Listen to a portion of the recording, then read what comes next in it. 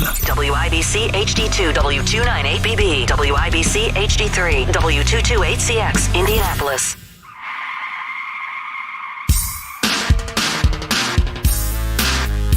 Not really, because this time of year, any new coaching staff, you're sort of putting the thing together. You're putting the playbook together. You're putting the details of each play together.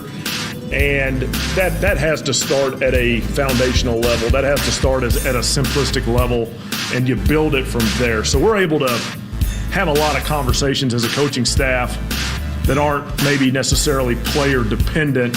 And then as we get our team, our offense sort of finalized, locked in, at every position, that's when you're able to sort of lock in on, this guy's strengths, that guy's weaknesses, what we want to do to emphasize such and such a player or build around a quarterback. So those will be ongoing discussions that always get a little more fine-tuned as the year goes on, as the team comes together. It's a little bit of both. Sometimes late in the off season, when you get a young player in here, a lot of times the personnel side of this game happens at different points in the offseason. When you get a guy in here later in the offseason, I don't think you want to go crazy changing fundamentals and techniques. Maybe you just tighten something up here and there, tweak something here and there. But I think definitely, Shane's alluded to it in several press conferences.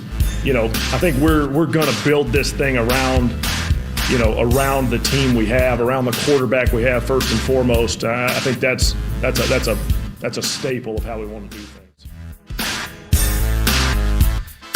That was Colts offensive coordinator Jim Bob Cooter speaking with reporters yesterday. A lot going on in the NFL world. The Colts have added a pass rusher. They've agreed to bring back one of their own as a wideout. Cowboys set to release a Pro Bowler. Is it decision day for Aaron Rodgers, or is it announcement day? Probably is the better way to put that. And yesterday, a couple games underway with the first four. This is the Midday Show here on 93.5 and 107.5 The Fan. Scott Agness, Jimmy Cook, co-hosting today. Eddie Garrison steering the ship here. Thanks for joining us here on this afternoon. A great sunny day in downtown Indianapolis. Good to have that despite the cold weather. But among those topics, Jimmy, I think the general world is awaiting to hear from Aaron Rodgers after he's been in the conversation for quite a while. Yeah, I look up at one TV and it's showing him on the screen, highlights talking about what's potentially next. You had some games last night, although to me it's just the first four. It's nice to have in the background like we discussed yesterday, but it's hard to really get engaged, I think, too much with those. Although that Pitt finish, that was tough if you're Mississippi State. What among those things most piques your interest right now? Or maybe, as I look over and you're wearing a special jersey, or is it the new Ted Lasso? So the new Ted Lasso, since you threw that in there, is definitely top of mind. AFC Richmond and Ted Lasso are back. Apple TV Plus, not a sponsor. Go ahead and get it, though. If you're like me, you canceled your subscription in October and now re-upped in March. Highly recommend. No spoilers from your boy here. In terms of the sports landscape. I haven't watched it yet, so don't do that. I haven't started it yet, so I definitely appreciate that. No spoilers from any of the seasons from this guy right here. In terms of the broader sports landscape, we'll start local. Stephon Gilmore being traded to the Cowboys last night for the conditional or compensation with a fifth-round pick, I think, Eddie. Yeah. That's a two-way move. A lot of that is cap space for the Colts, which you hope leads to more spending whenever they're obviously making a couple moves, re-signing their own, and obviously trying to improve and fortify their defensive front, which I know we're going to get to here in a little bit. But, yeah, I'm locked into the Aaron Rodgers news like everybody else is, even though I think that two things are true. One, it wouldn't surprise me in the slightest if it's just, I'm still taking my time. I'm still thinking about it. Like if there's no official confirmation from Rodgers about what his future is going to hold. And two, if I'm a network, even though if I'm the businessman like Pat McAfee, I'm charging like $1 million a minute or however you rate that, I'm trying to simulcast that bad boy in some capacity because you're going to get eyeballs all over the place with it. And as you and I joked about when we were trying to assemble today's show, pretty much anybody who's anybody that's in the NFL, their phones are off from 1 to 2 or however long that conversation lasts. Absolutely. Now both TVs I'm looking at have Aaron Rodgers on the TV. It's a fun pairing. I think Aaron is brilliant to do something like that because we've gotten to know him off the field. I've really enjoyed those segments where he joins each week, but Pat and the boys don't need to get paid, I don't think, at all. That's pure marketing. When he gets the folks like Blake Shelton to retweet it, Adam Schefter to show, hey, tune in. No.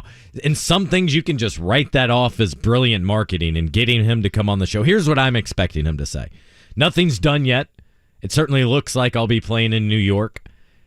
All those reports nationally that I'm forcing my hand or requiring other players to come with me, that's not at all the case, although I think it is. Because keep in mind, right now, until he confirms his decision and a trade is completed, he still has as much say as he'll have in that franchise. Just like the best day for a head coach with a new team is day one. There's nothing negative you can say about him. You're the most popular you'll probably ever be in most cases as a head coach is on day one. And so I don't blame him if I was him, a Hall of Fame quarterback, using some of that power that you've accumulated or maybe you've had a lack thereof in your previous situation. And so I can't blame him at all for trying to do that. But Ashton Doolin coming back to the Colts on what was reported to be a 2-year deal. I don't mind that. A low budget risk adverse kind of thing. If it pans out, great. If it doesn't, you don't lose too much in a player that I think coming in we knew was going to need some time. Very raw in his skill set. Did display great athleticism and those sorts of things, the traits that you absolutely desire, I think, as a franchise. But he had some bright moments in the past, but you want to see more. And that's true, really, I think, for the whole Indianapolis Colts wide receiving core. You want to see more. You want to see what more they're capable of. And a lot of that, Jimmy, goes back to the quarterback question. And you can't really say too much more about that situation in terms of the offense until that piece is panned out and a decision is made about what direction they're going there. And the bigger picture thing I'm worried about in the quarterback spot, and I don't know what order this will happen, you would think, based on the NFL's calendar, free agency first, then the draft, that the veteran presence that you plan on bringing in, again, assuming, and a key assumption here, that they take a quarterback at 4, is, are you going to start him right away? Or are you going to have a veteran stopgap, sit the guy for a year? And if it's the latter, you're seeing names already come off the board. I'm not saying they would have brought in Baker Mayfield, but it's a 1-year deal, and the Colts are making cap space. Baker to the Buccaneers, by the way, in case you didn't see that. So he has a couple stops last year, ultimately finishes with the Rams, and now is getting a shot to succeed Tom Brady in Tampa Bay. He's off the board. Again, this isn't a name, the next one I'm going to drop, that I would have been interested in. Andy Dalton's off the board. So you're looking at these free agents.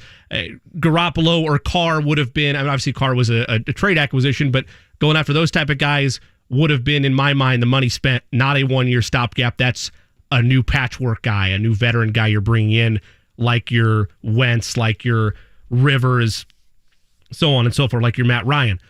Mike White, gone. You're looking at potential guys that could have been a stopgap. I guess Minshew's still out there as a potential option.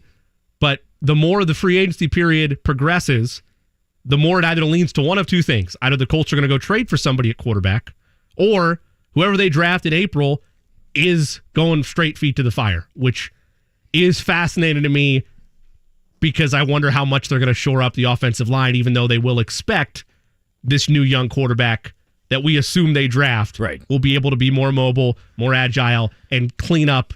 I can't remember who it was on the station that said it, but be a little mascara along the grossness of the offensive line at times. I'm all for, it's hard to say this until you know who the exact guy is, but assuming it's one of those top 4 quarterbacks that we presume are in this draft, right? I'm all for getting at it from day one because this is about building for the next couple of years. It's not about year one right away. And we all remember, for example, what Peyton's first year was like and how difficult that was, right? Did he at one time at least have the record for interceptions in a season?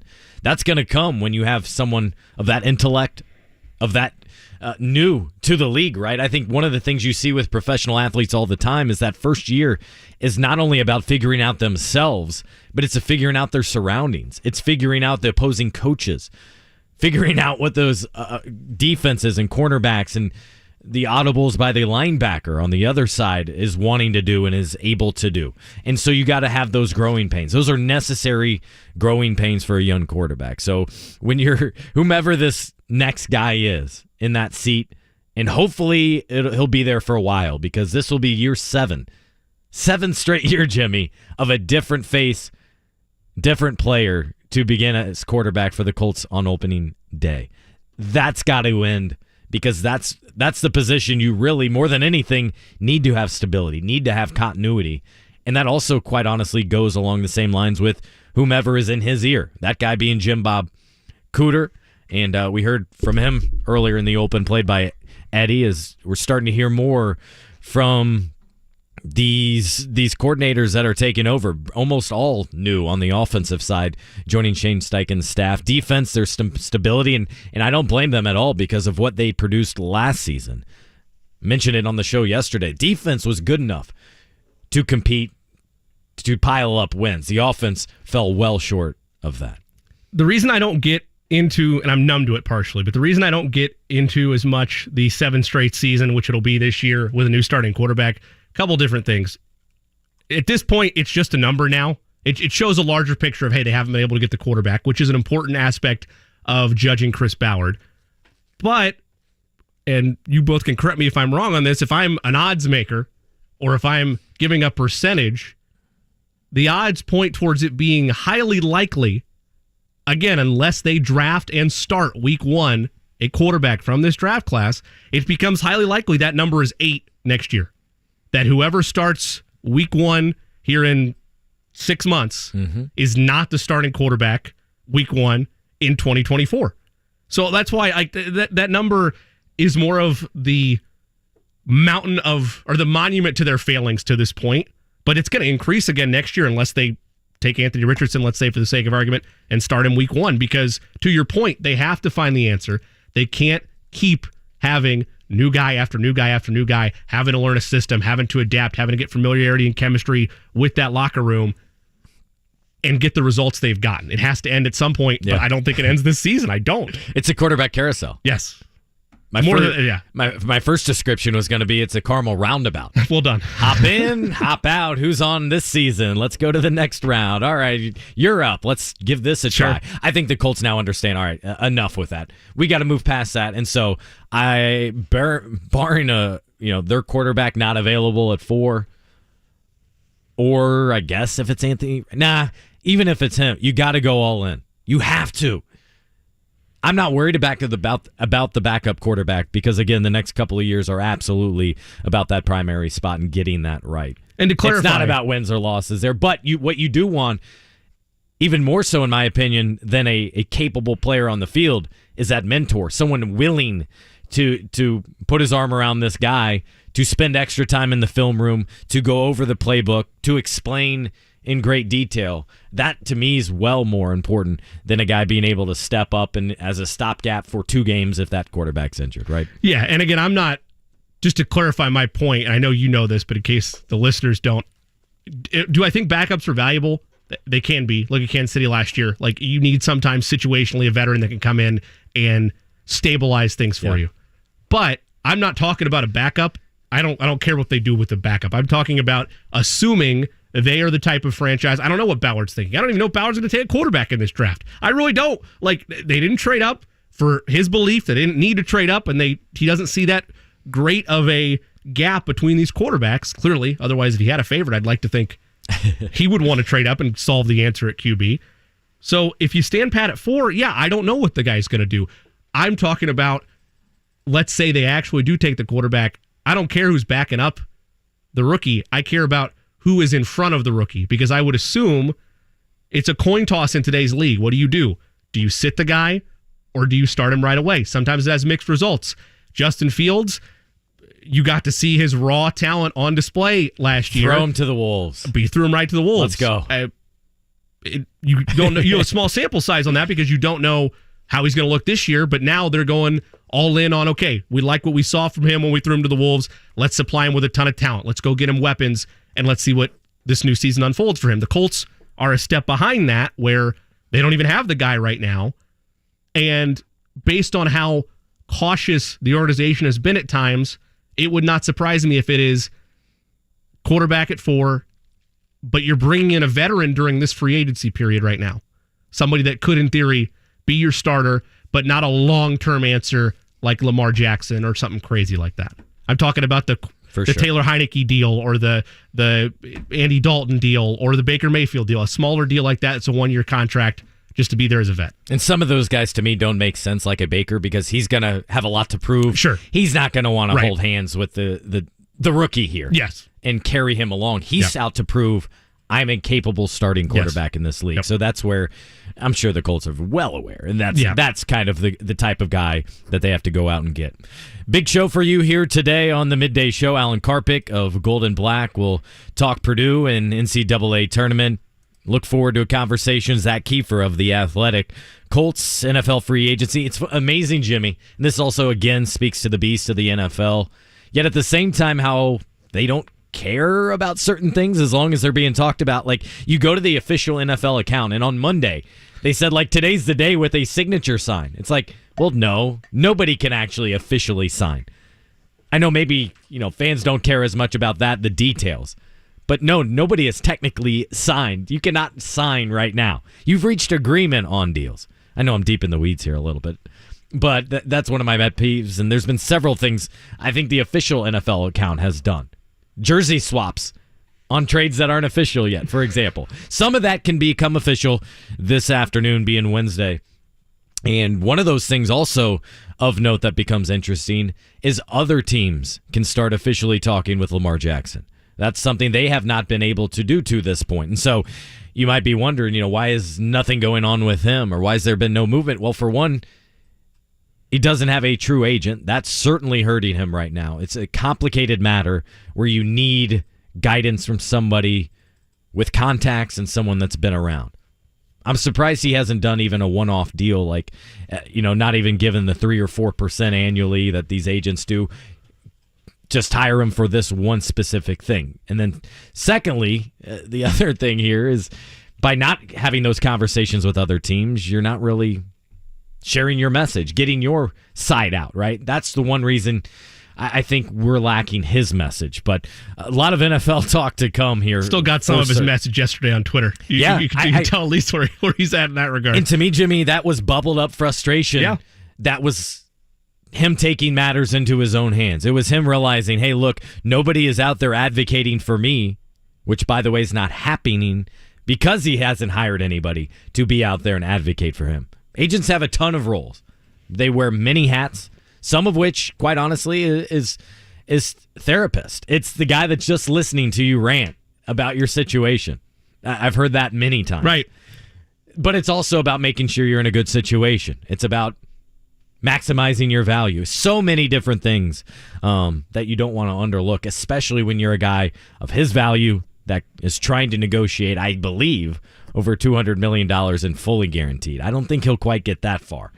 He's already said on the record he got an offer of 3 years, $133 million fully guaranteed. That's a lot, but he wants more than that moving forward. Trey Lyles, Indy native, by the way, suspended 1 game for his altercation with Brooke Lopez the other night. I don't know what he was doing. The game was in hand, and he wanted to mess with Giannis Antetokounmpo. That made no sense to me.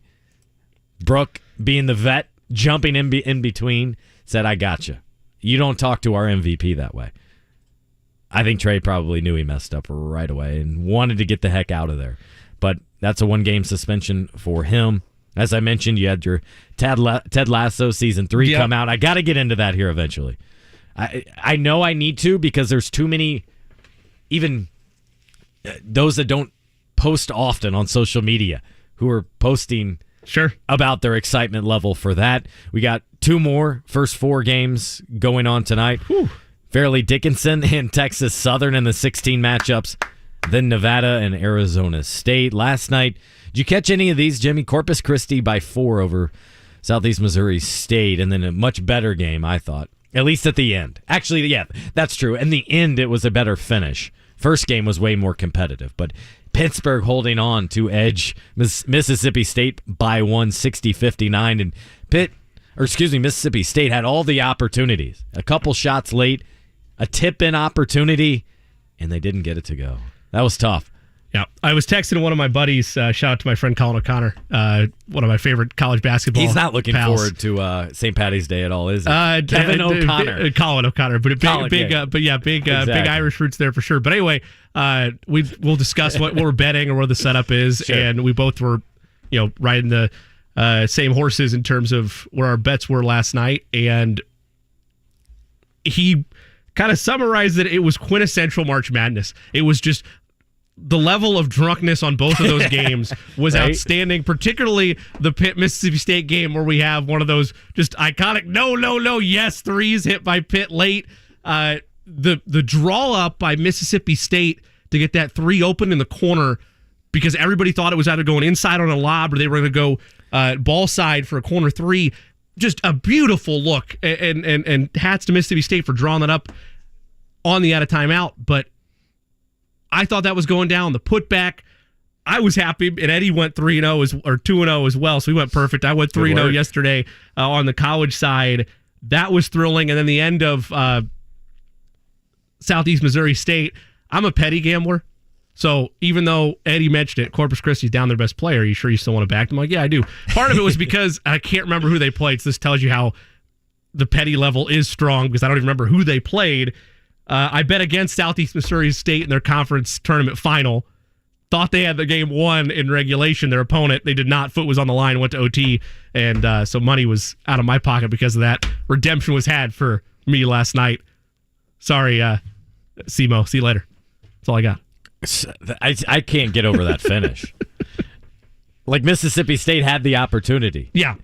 Twice. It was awesome, I will say, in the last couple of minutes. They were kind of going basket for basket. Yep. Beautiful. That's March exactly Madness. what you want. Most lead changes in a game since 2018. Fantastic. It was beautiful. It was everything I want in a March Madness game. It's why, and you didn't fully poo-poo. You poo-pooed the 16s, which I get. I was someone in the boat with you there, even though I watched both.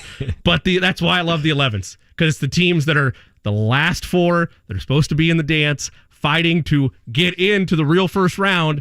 And yeah, I want that. I want punches. I want haymakers. Back and forth we go. And yeah, I was happy that my bet hit as well. So it worked out both ways. For me, there's nothing better than watching the emotions of these like 19 and 20-year-old kids and realize how one shot, how one missed tip-in completely sways the emotion on both sides. I thought that felt step devastated back for that corner three. Wide open.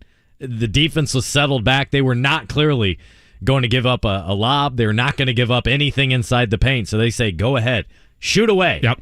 And the it step back actually worked from Southeastern Missouri, I thought that thing was going down. He got separation, did the classic guard push off that they just don't, doesn't get called in today's game, which is fine, but he got separation with it. I thought it was going down. Really did. You have any elation from any of those games? Were you locked in? Were you tuned in?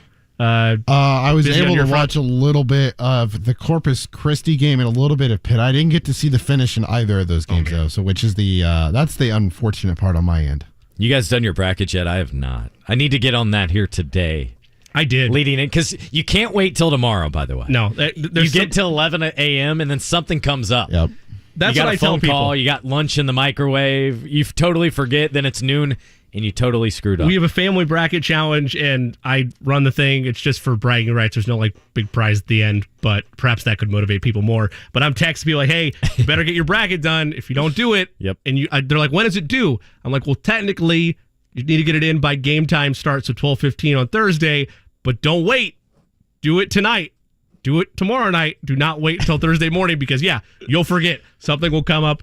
You're not going to pause a meeting with a client to be like, hey, listen, I got to fill up my bracket real quick. I apologize. Sorry. That's one of those situations, don't even get to the deadline, right? Like something's coming up for renewal, just cancel it 2 days ahead of time. Don't get to that final day. Totally and agree. so in this instance, I mean, I guess maybe you could leave one, if you're torn between a game or two, you could get maybe there to that last day, but that's not worth it at all. And there's so many different brackets out there. And I do laugh, like we talked about yesterday on this midday show, Jimmy, the few people that have the nerve to go after and who do you have winning?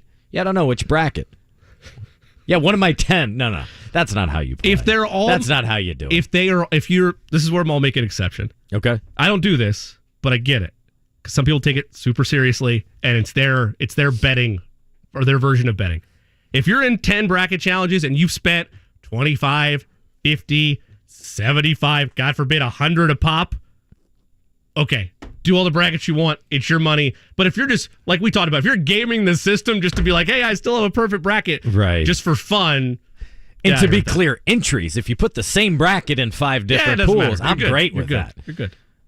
It's when you have 6 different winner, anything beyond Final Fours. Yeah, I'm good with the 2. Yep. One with your heart and one with what you actually think's happening. Totally fine with that. Lot to talk about here on the Midday Show. Jimmy Cook, Scott Agness, along with Eddie Garrison here on 93.5 and 107.5 The Fan. 1 o'clock, Alan Karpick. And 2 o'clock, Zach Keefer joins the show. But there's something else, Jimmy, I want to talk to you about when it comes to NCAA tournament. Beyond the bracket, there's something else that seems to be picking up more steam. We'll talk about it on the other side here. You're listening to the Midday Show, 93.5 and 107.5 The Fan. Hi, it's Kevin Bowen for Window Nation. Have you noticed your energy costs have been rising dramatically? Nationwide, energy prices have increased over 14% since last year. It isn't too late to do something to fix your high energy bills. Beat the spring rush with the last month of off-season pricing at Window Nation. Get 2 windows free with every 2 you buy with 0 down payment, 0 monthly payments, and pay 0 interest for 24 months. New windows will pay for themselves with the energy savings on your energy bills, and you will pay nothing for 2 full years with 0% financing, saving you hundreds of dollars. Go with the window company that has installed nearly 2 million windows by installers with over a decade of experience only using top-of-the-line installation materials, which is why 96% of installs require no follow-up service. So call 866-90-NATION and get 2 windows free with every 2 you buy with no limit. Again, this offer will not last long. So call Window Nation today, 866-90-NATION, or go to windownation.com. Tell them Kevin Bowen sent you. Guys, if you've noticed a lack of energy, motivation, and drive, it could be low testosterone. So schedule your complete health assessment at Low T Center today. They now offer the convenience of monitored self-inject at-home testosterone treatments. That's $155 a month cash pay, or is covered by most health insurance. If you don't live near a Low T Center, or you just need the convenience of the at-home treatment, Low T Center makes it easy. To get started on treatment, it's only the first 2 visits in person. That's lowtcenter.com to schedule your appointment today. lowtcenter.com. That's Low T Center, reinventing men's healthcare. Hey, Indy. Tim Pearson here, founder of Chattanooga Whiskey. Imagine if your team scored 111 points every time they played. Sounds like a fun team to watch, and a lot more W's. It also sounds like sipping on Chattanooga Whiskey 111 Cask, an unrivaled, unfiltered, barrel-forward bourbon that scores 111 points with every sip. Our bold and chocolatey expression of Tennessee High Malt is a winner, and we can't wait for you to enjoy it as much as we do. Drink Chattanooga Whiskey, enjoy responsibly. Shop the Customer Appreciation Sale at Grand Appliance for the lowest prices and extra savings you won't find anywhere else. Learn more at grandappliance.com. Grand Appliance, experts since 1930. The Ride with JMV. Peter King joins us. What do you think about Chris Ballard's decision with number 4? Chris Ballard, if he can't get John Doe, his favorite quarterback, then he is going to sit this one out, and he's going to try to gather enough draft capital so that next year he might be in position to do the exact same thing. And I think that's smart. The Ride with JMV. Weekdays 3 to 6 on 93.5 and 107.5. The Fan.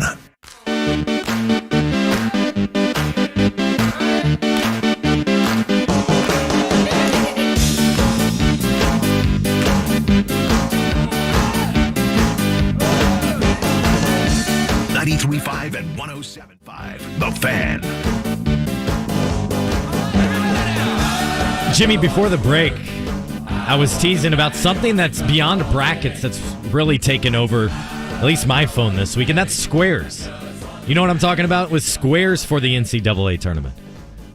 So I understand the concept of squares, okay, but I've only ever used them in the Super Bowl. And now you've enlightened me, and I'm sure you'll enlighten the audience in case they don't know, for this elevated craze. I don't want to say new craze. I'm sure it's been around, but I think it's just more elevated. I mean, at least within my different friend group, because I have about 4 or 5 different ones that I was hit up about. I ultimately decided to do like a couple, because after a while, then I become the guy I don't like, that I was just talking about, where you have so many brackets, where you have so many numbers. It's fun to get in, and if anything, it reignites some friend groups as well there's that other part of it. It's another way to stay in contact with some people and kind of have a rivalry, I guess, or if you will, some battles. But if you're unfamiliar, I'm talking about just picture a giant Excel spreadsheet, right? And it's you have these empty squares, you buy in, you pick a couple of squares up to, 4 or 5, I think generally. You try to cap it off so one guy doesn't have 15 squares here. And you randomize the top number. You randomize a side number, so 0 through 9 on each side. And so let's say my numbers are 3 and 1. What I'd be really rooting for is a game that ends 73-71. And then in each round, with each progression, you got additional money coming in. You might lose, and then that also, more than anything, adds some stake at the end of the game. Right. That last basket, maybe you really needed that to go in, or you need a missed free throw. I don't know. It's added stakes, and again, the other reason I really like it, Jimmy, is it leads to more conversations for those that maybe you stay less in contact with. I love anything that's going to re-energize relationships, friendships, camaraderie, so I'm always down for that, regardless of what it is. Bracket challenge, squares, you name it. I guess everything you just described to me, though, is what I can get out of laying the points or scooping the points. I got that same drama a solo at the end mission of the game. over there. Hey, in that situation when money's on the line, I'm not a team player. Everybody get out of here. No, I'm just kidding. But yeah, I mean, no one has created one of those within my circle. Okay. Eddie had not heard of them before either, or didn't know they were used. You knew what it was, but you didn't know they were like. Because I think a lot of people do this for the NFL. Oh yeah. And you're doing it maybe per quarter or half as well. Whereas this, except for the championship game, for the ones I'm involved in, it's purely by game, and the winning amount increases with each round, which makes perfect sense. You might have already said this, so I apologize, and I'm also putting you on the spot, so if you don't want to reveal it, that's fine too. What was your entry fee? I think it was they're different for each one, obviously. Okay. The one there's a $20 one. I think there was a $30 one. Okay. Obviously, it's variable. Anybody could say. I mean, he rolls in the cash. I mean, that's what I was asking. I wanted to make sure. He just sleeps on a house of money. So this isn't going to surprise you, I don't think, at all. There was one I saw that was a $250 buy-in.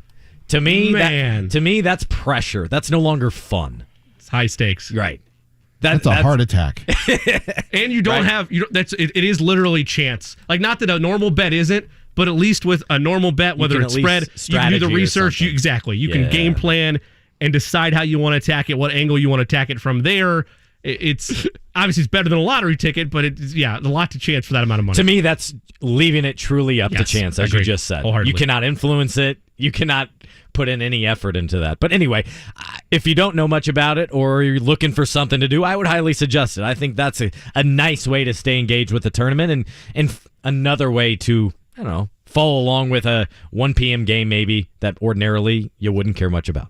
I always find it funny, and there's not a ton of people that are like this because as it's become more prominent in the state and around the country, people have stopped clutching their pearls about gambling. But I always find it funny. People are like, sports betting, we can't do that. But we'll play a square, or we'll play like a 50-50 raffle, or but we draw the line at sports betting. And always. How long have we had 50-50 raffles at high school games? I feel like. Did you just say clutching your pearls? Yeah, I did. He did. I did. Is that okay? What do you think of when you hear somebody clutching your pearls? I don't know. I've never heard of that before. That's a new one. I have. Thank you. That's a new one for me. I'm going to be the guy to do this, even though it's a 2-year gauge gap. Yeah, it's these youngsters over here, even though me and Eddie only are separated by like 3 or 4 years. That's Eddie Garrison producing today's show with Jimmy Cook. I'm Scott Agness. This is the Midday Show, and I hopefully those squares gave some ideas to some fans out there. From the Colts standpoint, they're trying to fill out their squares and figure out exactly what this team is going to shape up to be. And Jimmy, things got a little bit more interesting in the last 24 hours since we signed off. Yeah, Samson Ebukam from the from the 49ers, I beg your pardon, San Francisco 49ers, comes to Indianapolis via free agency, 3-year, $27 million max deal per Adam Schefter. Jeremy Fowler, I think, had it first. $11 million in the first year, so you're already seeing the Colts do a little bit with the cap space flexibility they have, which is nice to see them being proactive in that regard. Zach Keefer also was one of the ones reporting on it and speculates we're going to have him on today at 2, that's likely the end of Yannick Ngakwe's time in Indianapolis, depending on how Chris Ballard is budgeting things. I'm not mad about it. Had 34 pressures last year. It was a career high for him, or 2 years ago in general, back in 2021, is a nice additional piece, whether it's just from a rotation or an aggressive standpoint along the line that can help this Colts front.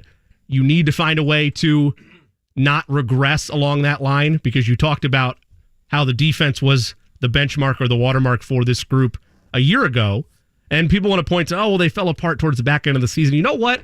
I would start to fall apart too if atrocious things were happening to me, like 17 points a game or a collapse against the Vikings. Yeah, I would start to kind of lose my will with nothing to play for as well.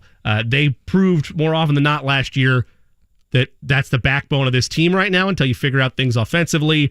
They shore up a defensive end. I'm here for it. Yeah, the biggest frustration, I just try to put myself in the shoes of one of those defensive players, and this last season had to be terribly frustrating because the majority of the time they did exactly what was asked of them. They got stops. They strung together stops. They kept the opponent down, at least in the first half. And then I think the combination of frustration, of time of possession, time on the field, just continued to pile up. And I think that's why, Jimmy, more than anything, we saw those last couple of games where they were just brutally outscored in the second half. You know, I think the biggest change that I was stunned to see last season was the takeovers. Yeah. Turnovers. Yeah. Takeaways. I'm going with IU football. I was going to throw away. Yeah. I think that was the lingo I was going with. But the fact that, don't have the exact number in front of me, but I think they led the league 2 years ago with like minus 17. And then this year they led the league in turnovers total. Awful. Like, you're not going to win. No. That's like in basketball, if you're piling up 20 turnovers per game, you'll win a game or two. In reality, that's who you are, and that's not nearly good enough. In a perfect world where you are playing against the high-powered quarterback list that we've continued to stress and that everybody knows, Mahomes, Burrow, Allen, etc., you need to be able, if you want to be at your best offensively, to get consistent pressure with 4. You have to be able to do that. And if you lose somebody like Ngakoue, you need to replace it. You can't afford to have another weakness along this line. Again, I'm not like raising pom-poms here for it, but I told you I wanted something to happen yesterday. You got plenty. You got plenty. I got some re-signings. I got some free agent signings. The wheels are moving in the right direction. It was fun, Gilmore. I don't mind that, although you do have to, in general, spend anyway. So to me, this is one I say, okay, I think I'm good with it, but let's see how the rest plays out, because only then will I think you have a better idea of how this cap space was used. If it's just sitting there in 6 months from now and they don't use this additional $10 million in cap space created, then I think if you're a Colts fan, you're absolutely frustrated. You're like, look, he was incredibly talented. We need help back there anyway. What are we doing? However, if you see it used here in the next month or two, then you're feeling much better off, I think, because one, you allow Gilmore, a veteran, by the way, to go off and have a real chance at winning. Maybe he has less desirable considerations to mentoring and that type of thing. That's not for everybody. Some don't want to do that. Others look at it the other way. Go to the Pacers. George Hill's very capable of still playing, but George Hill very much wants to mentor guys. Right. He wants to take care and advise the younger guys. It's a career shift. 100%. Yep. It's understanding you have more value than just you being on the court. It's the value you can create in helping your teammates. And in doing so, you lift everybody up, presumably, and help that next generation. George Hill doesn't want to get into coaching, but this is a way he can kind of coach in a very different way. And we talk about not just the career shift, but it is the priorities and what's most important to a player as they head into the back end of their career. Sure, you can still play, but in George's instance, you're at a franchise and a literal city that is home. It's not like one of those where it's like, oh, this is the team that drafted him. Lance literally Stevenson, home. Right? That's the one I laugh about every time you talk with Lance. It's Lance's home, but it's... Man, Indy's home. Exactly. It's like, well, Brooklyn is, but we know what it means. Right. And for George, it's literally home for him. So the fact that like he wanted to stay and that this is where he wants to be in terms of in this role right now, wanting to mentor and still getting some minutes when need be. But yeah, I like that a lot. I mean, there's you and I are very much pro human interest stories. We love the whether it's to draw smiles or draw motivation, regardless what drives somebody.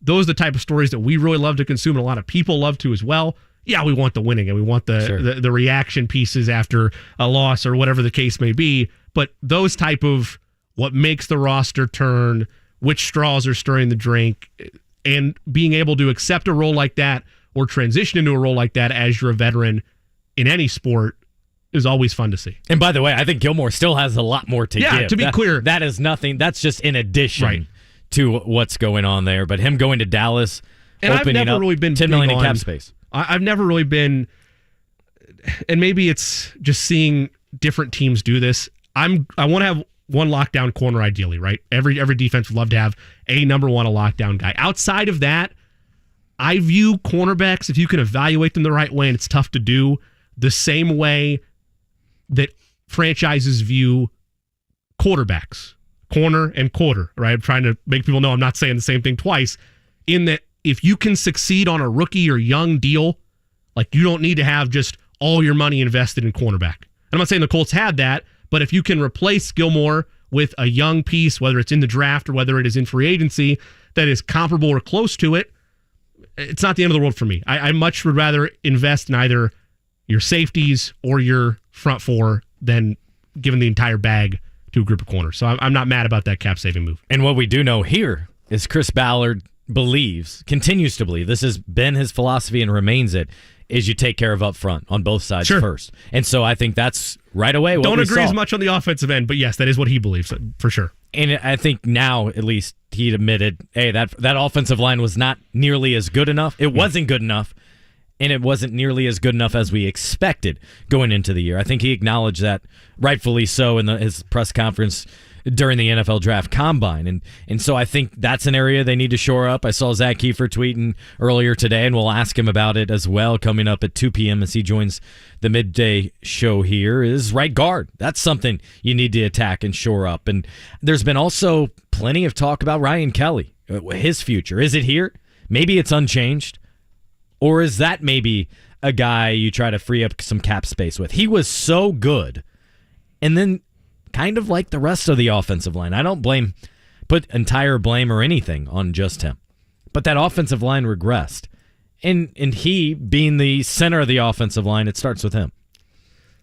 This is more me just throwing it out there versus having historical context to back it up. But I never remember growing up, regardless if it was Colts or if it was the national NFL stage, you hear about, contract year, guy got paid, guy regresses.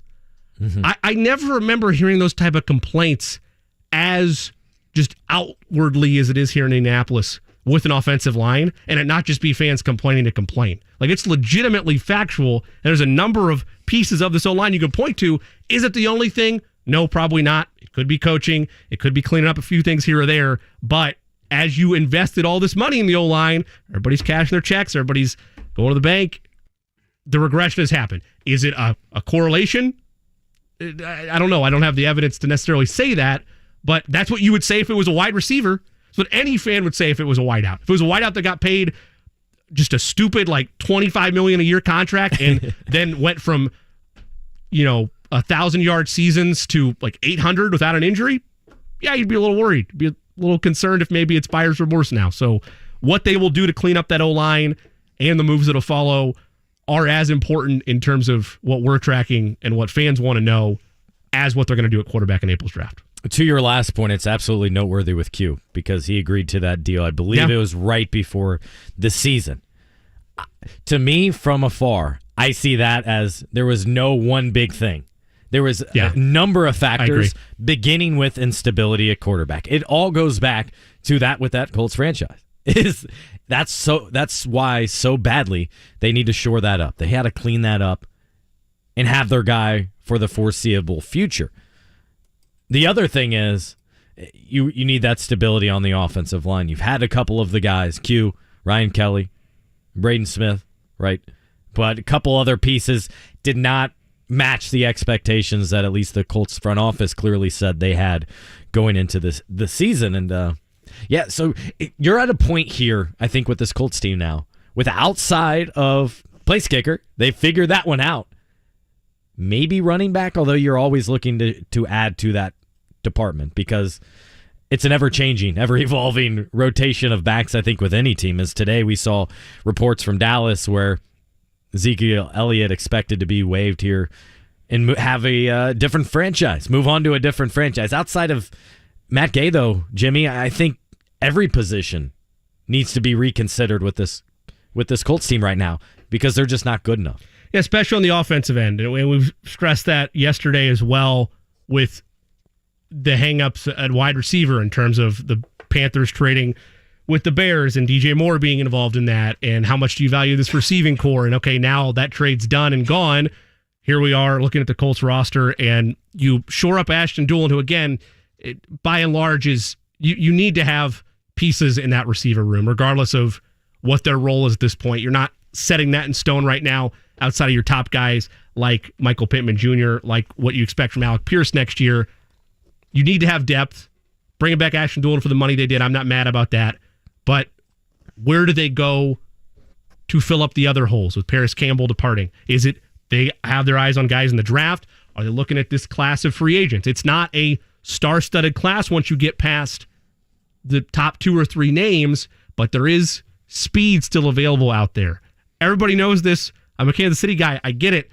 I'm not kidding when I say one of the fastest free agents available is Mecole Hardman. What kind of market is he going to demand from a money standpoint? It's not going to be, I wouldn't think, unless someone really, really wants to spend any more than what Jacoby Myers just got from the Raiders. There is avenues to go address it in free agency if you want what we've been clamoring for a long time, which is playmakers with speed that can get separation and that can help, whether it is a safety gap on a check down or whether it's a go ball for whoever the young quarterback is in April. I want to start seeing the answers to that puzzle unless they really are waiting until April's draft. In the short term, my first thing would be tight end. I want that go-to tight end for the next decade because I think that's become a quarterback's safety valve. I don't disagree with that at all. And we saw one go away yesterday, right? Yeah. With it's Waller. 3rd down and 4 in the first game of the season or in the Super Bowl. Everybody knows it's going to Travis Kelce, and he still gets the completion. He still makes the catch, and he probably gets you 3 times as many yards as you actually needed. So I think that would be... I don't see any of the current guys as true number 1 tight ends. Now, they might be. Frank Reich certainly didn't believe they were that route because he never threw to him. He never called plays for him. So that told me right away exactly what he felt about those tight ends. So I think that would be imperative. And from what all the experts in the draft believe, the guys who study this year-round, very good tight end crop. So maybe you add one of those. And then, Jimmy, I completely agree to your point. Speed kills. We're seeing it in all kinds of sports. You got to have athleticism and speed. And the Colts haven't really had that since what? T.Y. Hilton? Of a guy who could consistently do that. And stay healthy with doing it, right? You had that in theory with Paris Campbell. Correct. And in his defense, he put together a healthy campaign last year. Like that's not a knock on him. And honestly, with all the ups and downs he's had to deal with, assuming it's not here in Indianapolis, I hope he does get paid. I hope somebody invests money in Paris Campbell and his work is rewarded for finally being on the right side of the injury bug. But to your point, you look at this year's free agency class from a tight end perspective. Mike Gesicki, he's had moments in Miami, but he's not in the same tier. And you're going to have to spend a premium if you want the same tier as, we won't even use Kelce and Kittle, but if you want to throw Mark Andrews in there or whoever you want to throw in. Here's my Dalton idea. Schultz available as well, but you're going to have to spend money to do it. I hate to bring him up, but I kind of like the Ryan Grigson way of doing this. Okay. You draft the tight end to grow with your quarterback. Well, that's what they're hoping with Jelani Woods, right? I mean, that's whether you can think he can take that leap or not. That is in some way how he's evaluated. I could see that, but so far we haven't seen him make that jump. And I mean, they have 4 tight ends on the roster already. You've got Mo Alley Cox, Drew Ogletree, who's coming off injury, who I think they're very high on. I think Kylan Granson's solid, and specifically a pass-catching role. He can't block at all to save his life. So that would be, if they were to get a tight end, it would have to solely be an inline blocking tight end to kind of replace Jack Doyle. And if you did that, I think you would have to part ways with Mo just to get rid of that contract. And then, of course, Jelani Woods. Well, let's put it this way then. One of those guys better step up. I want to see more out of them. And that's also, by the way, goes on the offensive coordinator. And I don't want it by goes committee. On the quarterback's coach. I don't want it by committee. Who is the guy? That's the key, right? And Eddie, I think you would agree with this as well. And it's not fully fair to Jelani because it was a rookie season last year, if I'm not mistaken on that. And that's an entire just revolving door of situational placement for those tight ends for a number of different reasons Eddie lined out. I would like a leap somewhere, and I don't know if you're going to necessarily get it from Mo Ali Cox. I suppose you could, but in terms of growth and jump, you're either hoping for better situational and in-game blocking improvement from Kylan Granson, or you're hoping for that second leap as a pass catcher from Jelani Woods. If that happens, then yes, great. But if it's another by committee role, I agree with you. Tight ends are not like the make or break, but yeah, it's an awesome safety valve if you have the right one for a young quarterback. The argument I want to make here about the tight ends, I don't think it was a by committee rule. I think it was just a lack of knowledge on what to do offensively last year post Frank Reich, because nobody knew anything. But even with Frank Reich, who should know this offense inside and out, I want to say there was like the second game of the season, something like that. They targeted. Didn't Jelani Woods have like 2 touchdowns? Yep. And then it felt like he didn't have his number called much of the rest of the season. And a lot of that's quarterback play, too. We 100%. We all that has to be that.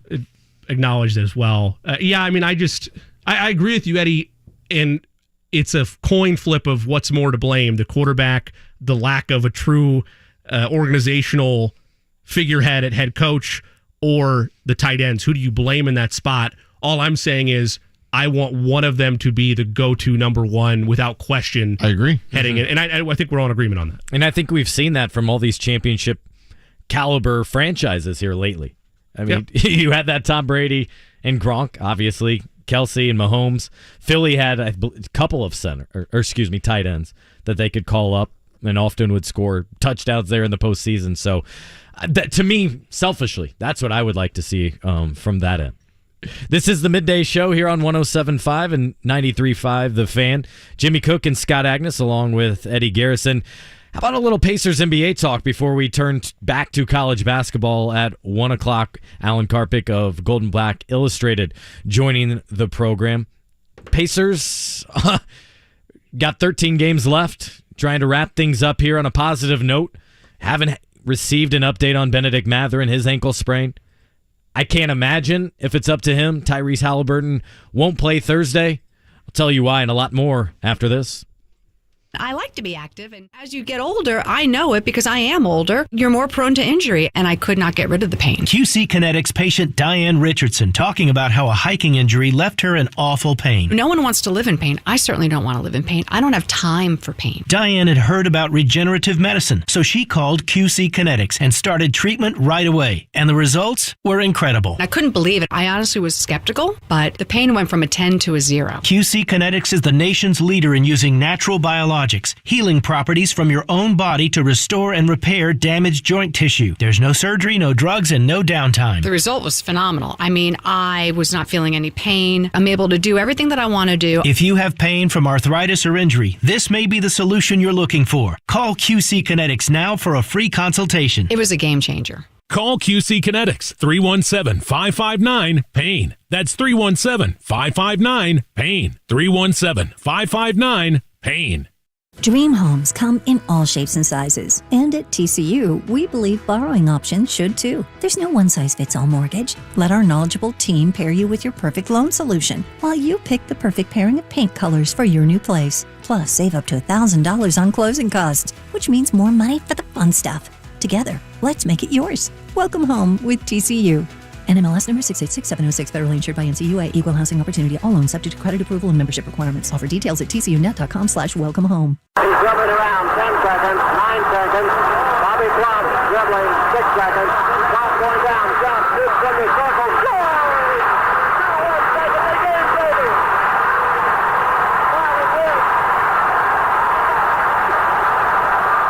The legend, Bobby Plump of Milan, upsetting Muncie Central 32-30 back in the 1954 state championship game. Plump, of course, hit the game winner in the final seconds to complete the Milan Miracle. Won the 1954 Indiana Mr. Basketball Award as well. The story of Milan's basketball team would go on to inspire the creation of the movie Hoosiers. Plump would go on to play for the Butler Bulldogs from 1955 to 1958 After college, he played 3 years for the Phillips 66ers in the National Industrial Basketball League. Was inducted into the Indiana Basketball Hall of Fame in 1981. Your chance to see some future stars in person for a whole lot less money than what you'll pay to watch them in college or the pros is here. Saturday is the semi-state round of this year's IHSAA Boys Basketball State Tournament. All 4 classes play Saturday at some of the classic gyms around the state, with teams needing to win 2 games in one day to advance to the state finals. That's some old school Hoosier hysteria action right there. For games, schedules, locations, and more, visit IHSAA.org.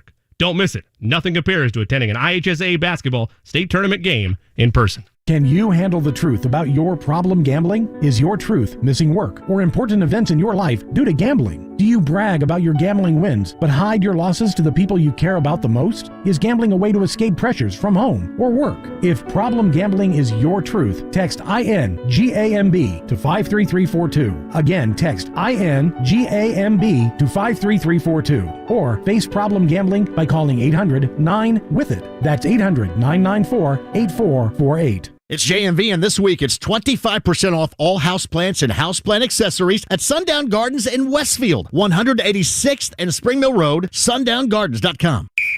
The Pacers head to Milwaukee to take on the Bucks tomorrow night at 7:30 on 93.5 and 107.5 The Fan.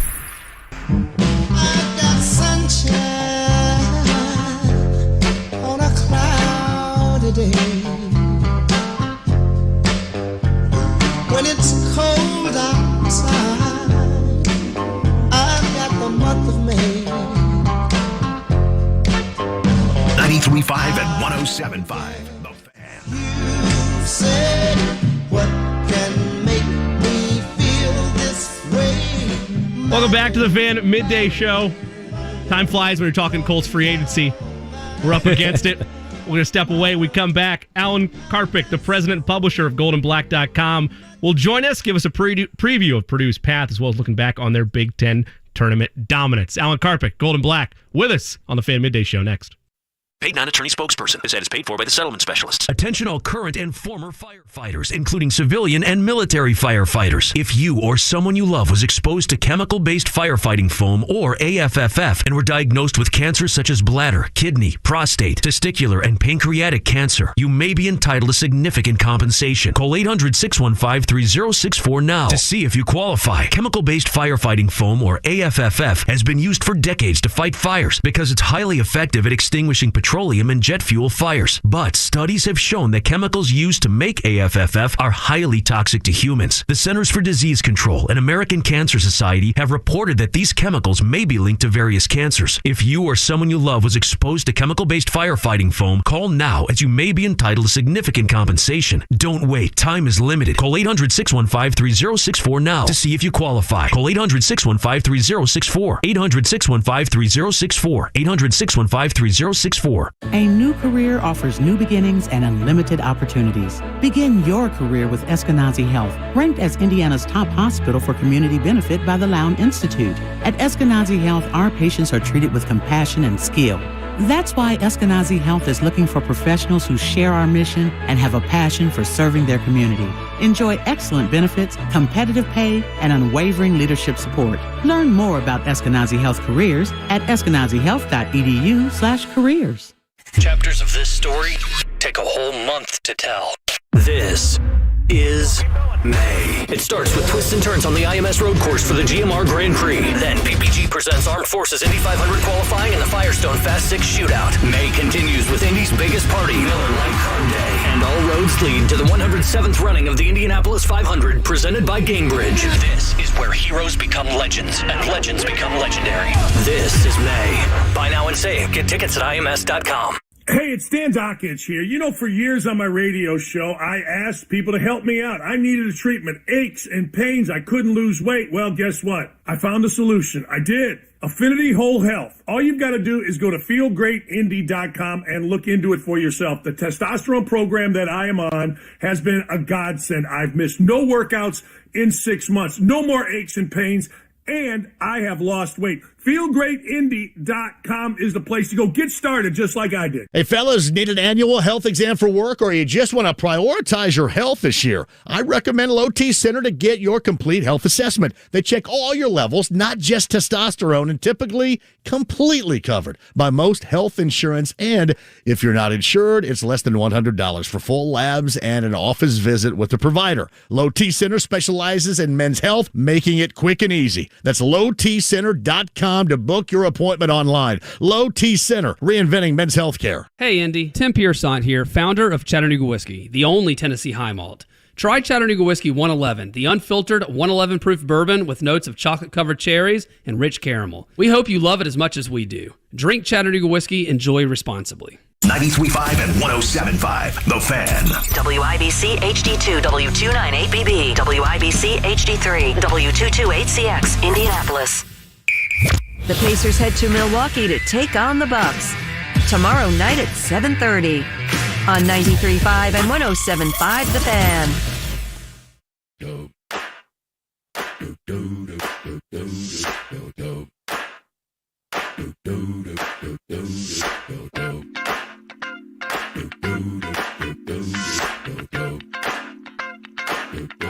$93.5 and 107.5, The Fan. Welcome back to the Fan Midday Show inside the DriveHuber.com studios. Jimmy Cook and Scott Agness. Eddie Garrison behind those ones and twos, taking care of us all afternoon long. First four began last night. No implications there for the Boilermakers, though they do have some this evening. We'll get to that and more with our next guest, the president and publisher of goldenblack.com. Alan Karpick is going to join us here in just a second. Sorry, I cheated. We'll take behind the scenes. I looked at the phone. In front of you. I Come looked on at the now. phone. There was a phone number there. I thought we were good. And those My on fault. YouTube probably My see me and Eddie over here like, no. My apologies. 2 minutes. In a second, Alan Karpick will join us. All good. We're fine. First four action last night. First four action tonight with in-state implications. Does that draw any more of you into the first game, the 16 versus 16 action this evening, Scott Agness? Not exactly. Again, you're talking about a 16 team here. They worked hard. Come on. I don't need the Blood, sweat, courtesy tears. I don't need the courtesy clap. Again, I'll have it on. Absolutely. Give me all of that. I especially don't take it for granted, right? I don't think we ever will after 2020 and, not having a postseason tournament and all those type of things. I'm a big proponent. This may be a subject I should wait until we're done with our next interview. Let's get rid of the first four. I don't want it. Back to 64 for me, and let's keep it moving. I mean, I'll be honest. Here's the better question. I'm not going to have a take for, and I'm not saying you are. Yeah. I'm not going to have a take on that just to have a take. I really don't care. Like, I'm one of those people, if you want to give me more basketball, I'm not going to turn down more basketball. It's fine. Yeah, but at some level, where I was going to take it next, Jimmy, was how long until there's 72, 80, 96? Well, why stop here? There is no how long or no if, it's when. Correct. Because everybody in college basketball continues to say that is the path that's quickly approaching. And why is expansion. that? Because there's more games. If there's more games, more money. There's more TV. And if there's more TV's action to broadcast, exactly what Jimmy just said. There's more money. Follow the dollars and cents. It doesn't take much for me to get beyond or get behind, rather, something that's going on with March Madness. It is my favorite time of year. There's a lot of people that feel that same way in terms of locking everything down, and we'll be working, of course, but when those games arrive Thursday at 12:15 and Friday's slate as well, I have plans set up where there's only a gap of like 15 to 20 minutes where there's not going to be college basketball in front of me with some live bets ongoing as well, which has elevated things to a whole other level. And from the Purdue standpoint, I mean, no coaching staff is going to look ahead or disregard the opponent that you're facing. But yes, if you're asking me with first four action, as a Purdue fan, are you really concerned about the 16 seed matchup wherever it goes? No, you're not. But it's the larger path, and it is in general still somebody's job on staff to have that scout and have everybody ready to go. Speaking of the Boilermakers, now we have Alan Karpick the president and publisher of goldenblack.com. Always nice when he takes some time to chat with us. Alan, thank you again, as always. And kind of jumping right in before we go look at the path for the Boilermakers with the Selection Sunday announcements this past weekend. You obviously took in and were there for all of their path to the Big Ten tournament title. Obviously a brief scare with Rutgers, but then for the most part, able to guide their way, and a brief scare as well at the end with Penn State, but guide their way to a Big Ten tournament title. Your overall takeaways from Chicago, the Big Ten tournament, and what you learned about the Boilermakers capturing the Big Ten title. No, I think in the last 5 minutes of the Penn State game, it may have turned to panic for at least a brief time, especially with Brandon Newman, who's been a great player here down the stretch for Purdue. That's the one pass that he'd like to have back on trying to break the press. But no, I think the takeaway is that this seems to be a team that's resilient, can win close games. Now, maybe it's because they put themselves in close games from time to time. But Purdue has had a really good run of that this year. It's been the storyline this year. They've won a lot of close games. Yes, they won the Big Ten by 3 games in the regular season, but that's because they won a lot of close games. And I think that the other thing that you see is that Zach Edey, I think, really took another step. I mean, if the guy really needs to kind of even though he's still not making shots at quite the clip that I think you'd like to see if you're a Purdue fan or a Purdue coach inside, he was pretty darn dominant in that tournament. So it was just good for Purdue. If you're Purdue or if you're anybody, you always want to win championships. And I think it was a great thing to get the daily double, so to speak, to win the Big Ten regular season and the tournament championship. Talking with Alan Karpick of Golden Black Illustrated here. Alan, to the greater picture, for that accomplishment you just referenced, getting the double championship wins, does that classify as one of the better accomplishments we've seen from Matt Painter's teams here in the last decade? And perhaps maybe that'll change at the end of this season, depending on how far they can go. Yeah, I don't think you can debate that. I mean, in terms of he's never done it before. Purdue's never done it. Purdue's not had a lot of success, as well documented, the Big Ten tournament, only winning in 2010 or 2009, and then, of course, this past year. But, yeah, I think this year in general has been one of the best accomplishments by Matt Painter as a head basketball coach. I mean, when you think about the Boilermakers not being unranked, making the fastest rise in the history of the AP ranking to number one, and being there, it's caused some challenge. I think the last 2 years, it's probably for Purdue fans. It's because Purdue had a meteoric rise of sorts last year, not as big a one, but got to number one back in 2022 as well, 21-22. That has been a little bit of a challenge. As you get to a high level in November, there's that perception, you peaked too soon. I don't think that's the case. I'm not sure it was the case in either situation, last year or this year. They're very different teams. I just think that, yes, it is one of Purdue's best accomplishments under Matt Painter, and certainly one of Purdue's best accomplishments in the history of the program, because it hasn't been number one leading up to last year. Now they're the first team in the Big Ten since IU in 75-76 to be back-to-back number one, have to be back-to-back ranked number one for consecutive seasons. So that's a great accomplishment for the program, certainly in terms of recognition. Alan, everybody wants to point to, after the Rutgers game and after the Penn State game in the Big Ten tournament, the reminder of, wow, maybe this team can't handle pressure well. Maybe this team, if you get after them and you're very aggressive and physical with them, particularly the guard play, it might not necessarily falter, but it'll give you as an opponent avenues to get back into a game or to swing momentum. They still won, though. They were able to overcome that and obviously raise the trophy. When you look at maybe not individually their path, because I know that's hard to simulate, but when you look at where they are heading into March, is that still a concern for you, or is it elevated that they've had yet another jolt to the system, so to speak, of, okay, teams might do this to us, but we got up and lived to tell the tale? Well, and for fans of our site at goldenblack.com, Brian Newbert wrote a good piece on the data that really does not support. Yes, it's frantic in terms of, and yes, Purdue's turned the ball over and too many times in press situations. But if you look at the entire season, Purdue actually ranks, and they actually have analytics for this, high above average than that. I know that's counterintuitive to a lot of what Purdue fans think. I think it's a good sign that they've been able to weather the storm. Yes, you just don't want to turnovers, have the abundance of turnovers that have happened. But when you look at presses late in games, and a lot of times that's the case, nobody looks great in that situation because the other team is desperate, trying to make something happen. And if Rutgers was very good at making Purdue look frantic, Penn State, Purdue had a couple unforced errors, to say the least. But the big story, really, in all honesty, was Ethan Morton misses 2 free throws, and Fletcher Lawyer, one of the best free throw shooters in freshman free throw shooters in the country, misses 2 free throws. You hit those free throws, and you're not worried about what happened in the press situation as much. So I'm not passing it off as something that Matt Painter's made comment. They work on it every day in practice. They need to make sure that they can handle pressure. But I don't think it's as big a deal as most people, and certainly some people in the Purdue fan base are lamenting at this point.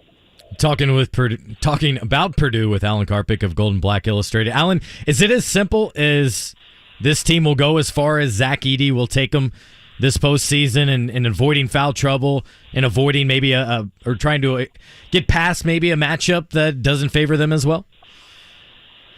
I think it'll go as simply as how much do other teams have to play Zach Edey as opposed to Purdue having to adjust to what the other teams are doing. I think a lot of it comes down to, and this is starting with every team in the tournament, but when you have a 7'4" guy that's the best player in the country, if they change to double it, can Purdue make shots? And that is still going to be a key factor as well. Hanging on to the basketball, getting as many possessions as you can, getting as many, Purdue's offensive rebounding percentage is one of the best in the country. They need to dominate that statistic. And when they're missing threes, they need to make sure that Caleb First, Mason Gillis, Zach Edey are cleaning things up inside. If that happens, I like Purdue's chances. None of it's going to be a walk in the park. Look at the way this season has gone. You guys have talked about this all year long. Yeah. This is a year where it's very, very hard to predict what's going to happen, and that's just making this very interesting. But I think Purdue's got as good a chance as anybody. They obviously are the number 1 seed. I'm talking about making it to the Final Four, but none of it's going to be a walk in the park, as we know. Sticking with Zach Edey for a second, Alan, I've seen Purdue fans with screenshots. I've seen the videos. All fan bases get frustrated with officials, and I get it. But in this instance, I do tend to agree at times that, the officials, at least in the way the Big Ten was allowed to play, they let teams get away with a little bit more when trying to defend the big fella or grab a rebound from him or battle in the free throw lane. When you look at the tournament, I know we don't have the assignments down for who's going to be officiating what, but when you look at the broader scale of the way the NCAA tournament is officiated and the way that the game is played today, when you get into March Madness, is it a pro, is it a con, or is it indifferent on Zach Edey heading into March Madness with the way he will be generating foul calls? Well, the Purdue faithful have to hope it's a pro. I think it can be because you're going to have you're not going to have officials from the Big Ten. Familiarity breeds contempt, and I think that's part of the problem. You expect teams have chosen to defend him very physically. Certain teams have, not everybody has. And I think that's been a factor. But I also think that, look at what St. Peter's, and again, I know we're talking about 2 different teams in Purdue, but last year, St. Peter's against Zach Edey and Travion Williams was able to physical and push him around. Zach Edey had one of his worst games. Now, he's a different player a year later, without question. But my point is, Purdue's got to adjust to the game. And I think that the teams, stating the obvious here, the teams that do well in the tournament figure out a way to adjust to what's going on and make it happen.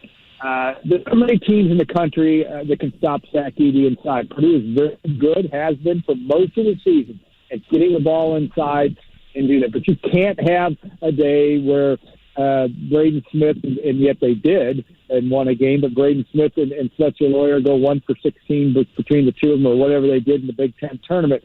You have to make enough shots to keep things honest, and yet I like Purdue because of all the tough games they've been through, and I think some of the mental makeup of this team, even though they've got 2 freshmen in the backcourt, I think David Jenkins Jr. is another wild card. He's a well-traveled, four-school type guy that has been a terrific player in the Big Ten tournament. If he can make some shots and also provide a little bit of that stability that you need when things can go south, and they will in the NCAA tournament for at least a period of time, I think that gives Purdue a good chance to continue to advance. Alan, you referenced it, so I'll go back to it. How, if at all, does that St. Peter's loss, does it linger at all? Is it something they bring up, or if they completely dismiss that and are on and to this new chapter with a new collection of players for this postseason? Well, I think you obviously have so many guys. You talk about Lawyer and Smith and David Jenkins Jr. And others that really didn't play a huge part in that game. That's a great question because I'm a big believer that the NCAA tournament is a bit of a randomized. It's like a roll of the dice, and obviously if you've got a better basketball team, it gives you a better chance. But it's a random event, and St. Peter's, asked Kentucky and certainly asked Purdue. They played harder, they played better in those games. But I think that's a little bit. It'll be interesting to see. I don't think that Purdue's basketball team is tuned into what a lot of the fan base in this 43-year-old drought that I'm old enough to remember both Final Fours, but I certainly was old enough to remember the one in 1980. I was in college at the time. And my point is, I think that stuff bothers the fan base more than it bothers the team. And I think, yes, you want to make sure that I don't think Purdue overlooked St. Peter's last year. I just think St. Peter's played better, and Purdue's star player, Jaden Ivey, had one of his worst games, definitely had his worst game of last year. You can't have that happen in the NCAA tournament. That's the lesson there. Zach Edey can't go into the NCAA tournament and have a 3 for 19 game. I don't think he's going to, but he can't have his worst game of the year against a good basketball team or a hot basketball team and expect to win. That's the definition of the NCAA tournament. They always talk about the game. All teams that have won it all, they always have one game where they have to overcome poor play to win. Purdue's done that at times this year. I think that bodes well. But, again, your big boys have got to play well at the right time, and Purdue's got to make enough shots and get enough shots to the rim. In other words, don't turn the ball over. All those things, I think, are a formula for Purdue's success and its opportunity to get to Houston. Alan Karpick, president and publisher of GoldenBlack.com, taking some time with us in the DriveFever.com studios on the Fan Midday Show. Alan, there's been times throughout the year where the likes of Fletcher Lawyer and Braden Smith looked like world beaters to start the year, and then regressed a little bit, had some struggles, and have leveled out. It would appear, at least through their play in the Big Ten tournament. But that's a criticism, whether it's legitimate or not, is my thought on your takeaway from it. Of can the freshman guards carry the day? Can they step up? Can the team as a whole, not just the freshman guards, but as a whole, hit open looks from three? I know those are all real concerns, but focusing on the freshmen, is there any worry there, or have you seen enough through the Big Ten tournament that, okay, sure, you're allowed to be a human and be an 18-year-old and have ups and downs as a freshman, but have they kind of stabilized in your mind, if any hiccups to start or in the middle of the season? Well, I think Fletcher Lawyer's still struggling. I mean, he had the one shot that he made against Penn State, which is a shot clock beater, which is an amazing shot in its own right. You worry a little bit about he's had a little bit of a calf problem.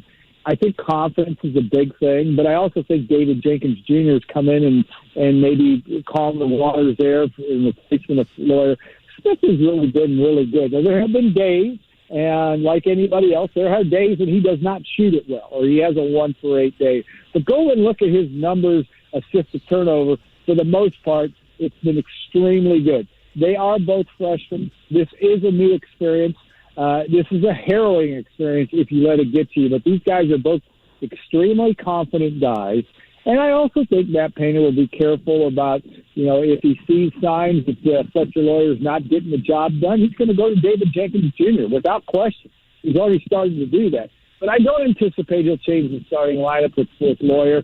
Lawyer is a moxie-type player, a guy that we'll be talking about 3 or 4 years ago as being an all-Big Ten level type player, in my view. He's struggled shooting the basketball of late for whatever reason, and I think that is a part of things. But he does a lot of other things very well. What gets disconcerting is that when he doesn't make free throws at the end of the game, again, a rare occurrence. It happened last game. You just have to keep his confidence level back. But he is a kid that is a confident kid. So my guess is this could be a new beginning for him.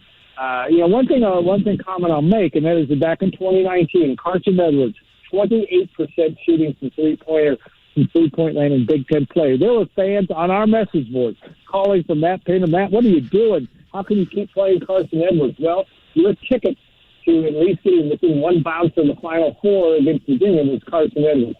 I'm not comparing Fletcher Loyer to Carson Edwards necessarily, but I think Matt Painter has learned you've got to show confidence in your guys, and I think that's been the storyline. He's tried to do that as much as possible with Fletcher Loyer. What was your takeaway from the draw on Sunday? I think people, when you look at the blue blood factor, Purdue got it challenging when you look at the fact that Kentucky and, of course, Duke are in there. But the good thing for Purdue is no matter what, and I understand you trailed by 9 points to Marquette, Purdue did back in November, but came back to win that game. I understand Purdue beat Duke by 20, and Duke is a much better team than it was at that time. But you walk into that game, and you got to talk about the freshman factor. They know that they can beat, that they've beaten Marquette, they've beaten Duke. If they have to play Michigan State, if Michigan State would happen to upset Marquette, that's a good thing. They beat Tennessee. They've beaten Tennessee in recent years. I think that's a good thing. It's a tough draw. Everybody has a tough draw. The talk about Kansas moving out west and Alabama, though Alabama might have a good-looking draw just because the Crimson Tide are playing well right now, but none of it's easy. Marquette certainly is playing well. They played Madison Square Garden. But Purdue has to look at it this way, and I'm sure that they do. They're not looking that far ahead. It's a good problem to have if you're Purdue that you've got to play Marquette for the Elite Eight in the Elite Eight. That would be a good problem to have. Then you roll the dice and figure out if you can figure it out from there. It'd be a good problem to have to play Duke in the first Sweet 16 game because again you would have advanced that far, and you have to take it. You're going to have to beat good teams to win, and that's the storyline. I think Purdue will have its hands full on Sunday. I don't expect them to have this hands full on Friday night, but on Sunday that will be a tough game, whether it's Memphis or Florida Atlantic. But it's the NCAA tournament, guys, and that's what the heck is supposed to happen. You're going to have great games from, I think, the round of 32 on throughout the tournament. Last question, Alan. Obviously, Purdue wants to win it all. Matt Painter would like to win it all. I'm sure they'd like to hang a Final Four banner, but you've covered this team as long as anybody, been a fan for as long as anybody, and I know you have a great pulse with the fan base as well. Barring a upset in the first round against Texas Southern or Fairleigh Dickinson, what would be disappointing in your eyes with how you look back on this season? You'll have the memories of the regular season title and the Big Ten title, but for what this team could do, is it Final Four or bust for you? I don't think so, because for a couple of reasons. One, you've got everybody coming back. I know, Zachy, that'll be the $64,000 question. Or in NIL terms, it might be the $500,000 question, whether he'll return. But, I think you want this team to get to the second weekend and let the chips roll where they. It would be disappointing if you didn't get to the Sweet 16. And I know that there's Purdue fans listening to you right now and say, oh, my gosh, there's anything less than the Final Four. I just don't think you can look at the NCAA tournament. I know with anybody out there and say, especially this year, and say, is Alabama a huge disappointment if they get beat in the Elite Eight? I don't think so. But I know every fan base mourns when their team gets beat early on. I like Purdue's chances as much as any Purdue team in the last 30 years to get to the Final Four. But it's still going to take the right bounce of the ball, the right thing to happen at the right time for the Boilermakers to get there. So to answer your question, I'd say it would be disappointing if they don't get to the second weekend. That's obvious when you're a number one seed. But Purdue, the last time Purdue was a number one seed, it did not get to the second weekend. Tubby Smith and Georgia beat the Boilermakers in Albuquerque and Brad Miller and company. So you have to just take it one weekend, one game, one possession at a time and hope for the best. And I like Purdue's chances to do pretty well. Alan, thank you as always. Always appreciate your work and enjoy the madness, my friend. Yeah, it's a lot of fun. If you're a Purdue fan, Indiana fan, anybody out there, it's just it's a great time of the year. You have to find a way to enjoy the ride, not stress over it too much, but it will be a fun experience, I'm sure. Thanks, Alan. That's Alan Karpick of goldenblack.com, president and publisher. Always good to get his insights on the Boilermakers path. And, I mean, that's why it upsets so many different fan bases depending on what your culture is or depending on what your expectations are. It is a make or break titles or no titles, Final Fours or no Final Fours sport. But, yeah, it's incredibly tough. Very, very tough to do. My two big takeaways out of all that was reiterating how what we love about March Madness, the craziness, is they could be the best team in each game, but for whatever reason, officiating, foul calls, shots not going down, freshmen having freshman issues, right? That's the true madness. And then the other thing, Jimmy, was mentioning Zach Edey, and, presumably he's gone, but not necessarily. He's 3 years in. And I say the same thing about Trace Jackson Davis. Can IU alums build up another $1 million? If they do, why could he say no to that?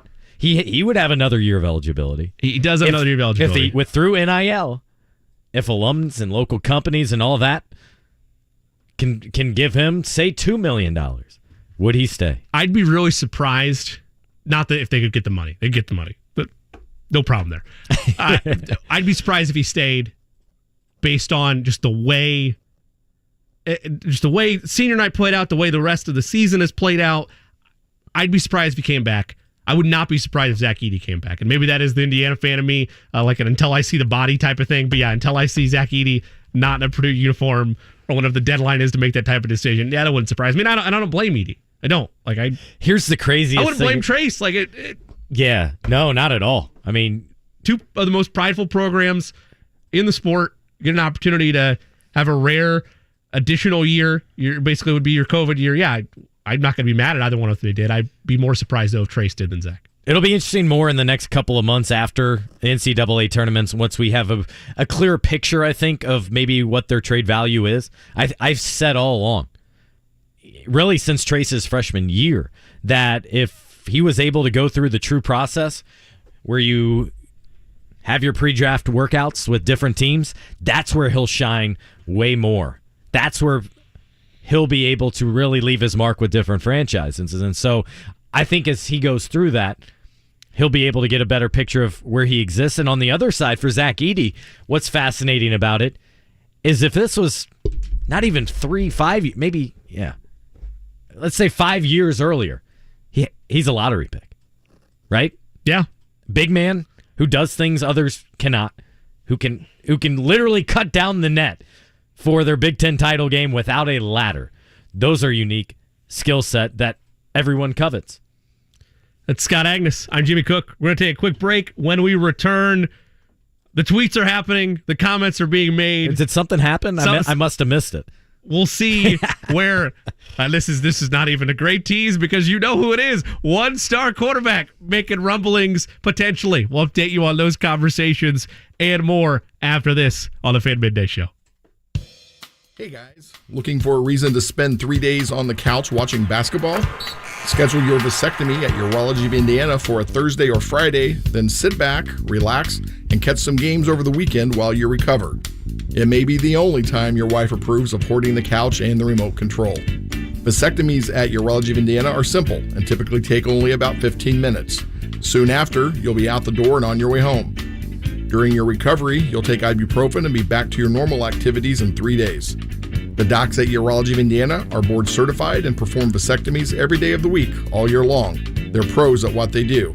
And they have multiple vasectomy clinics, so chances are good there's one close to you. If you've been putting off your vasectomy, now is the time. You'll never have a better excuse to watch basketball.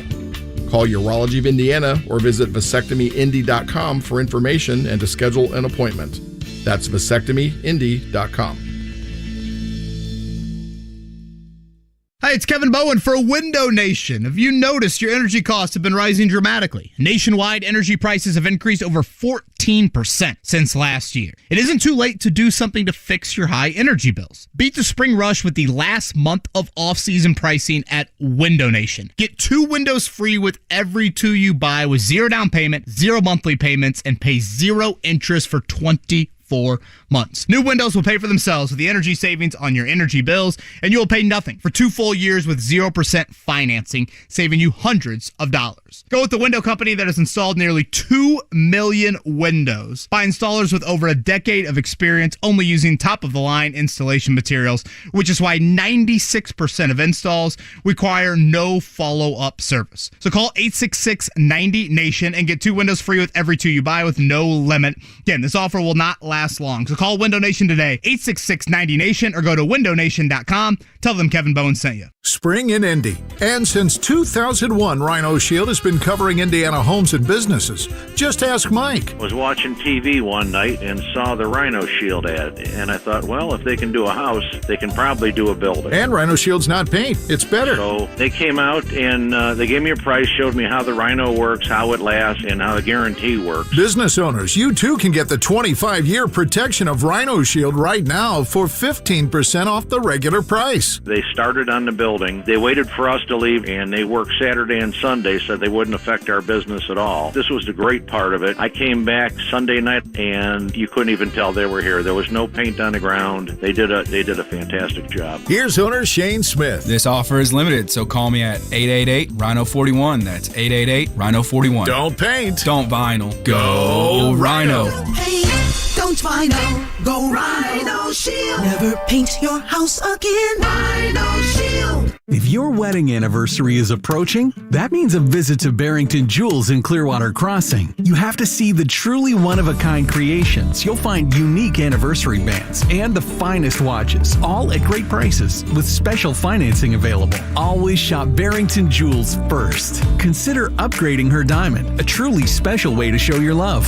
Don't wait. Get to Barrington Jewels today. And remember, you haven't seen a diamond until you've seen a Barrington diamond. Visit Barrington Jewels today.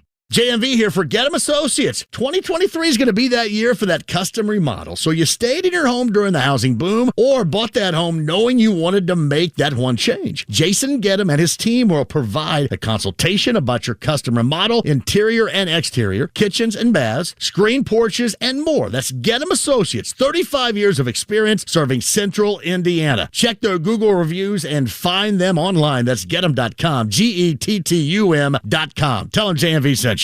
JMV for Sundown Gardens, and spring is just around the corner at Sundown Gardens in Westfield. Sundown Gardens is your spring headquarters on the north side for trees, shrubs, annuals, perennials, mulch, pottery, and more. And right now, Sundown Gardens has 25% off all houseplants and houseplant accessories. Sundown Gardens has a second location coming later this spring. Coming soon is Miss M's Home and Garden by Sundown Gardens in Bargersville on State Road 135. Sundown Gardens, 186th Street and Spring Mill Road, sundowngardens.com. Grab your friends and head to Dancer Show Club on West Washington Street. March means basketball on the new big screens and way more at Indy's premier gentlemen's club. Just minutes from downtown, the airport, and the track. Free admission with Pacers same-day ticket stub. Bachelor parties, divorce parties, birthday celebrations. Get ready for 8,000 square feet of fun. Featuring bottle service and daily specials on domestic and import drafts, including Guinness Nitro, Metazoa, and 3 Floyds. 4 p.m. to 3 a.m. 7 days a week. Visit dancershowclub.com for more. Shop the Customer Appreciation Sale at Grand Appliance for the lowest prices and extra savings you won't find anywhere else. Learn more at grandappliance.com. Grand Appliance, experts since 1930.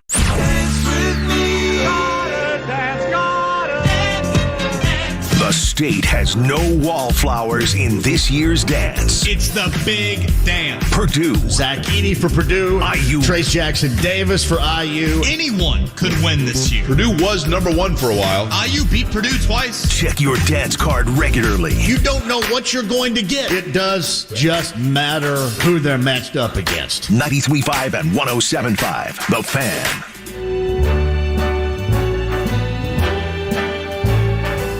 Start spreading the news. 93.5 and 107.5. The Fan. Well, the news has finally spread. Aaron Rodgers on the Pat McAfee Show which I presume is still ongoing.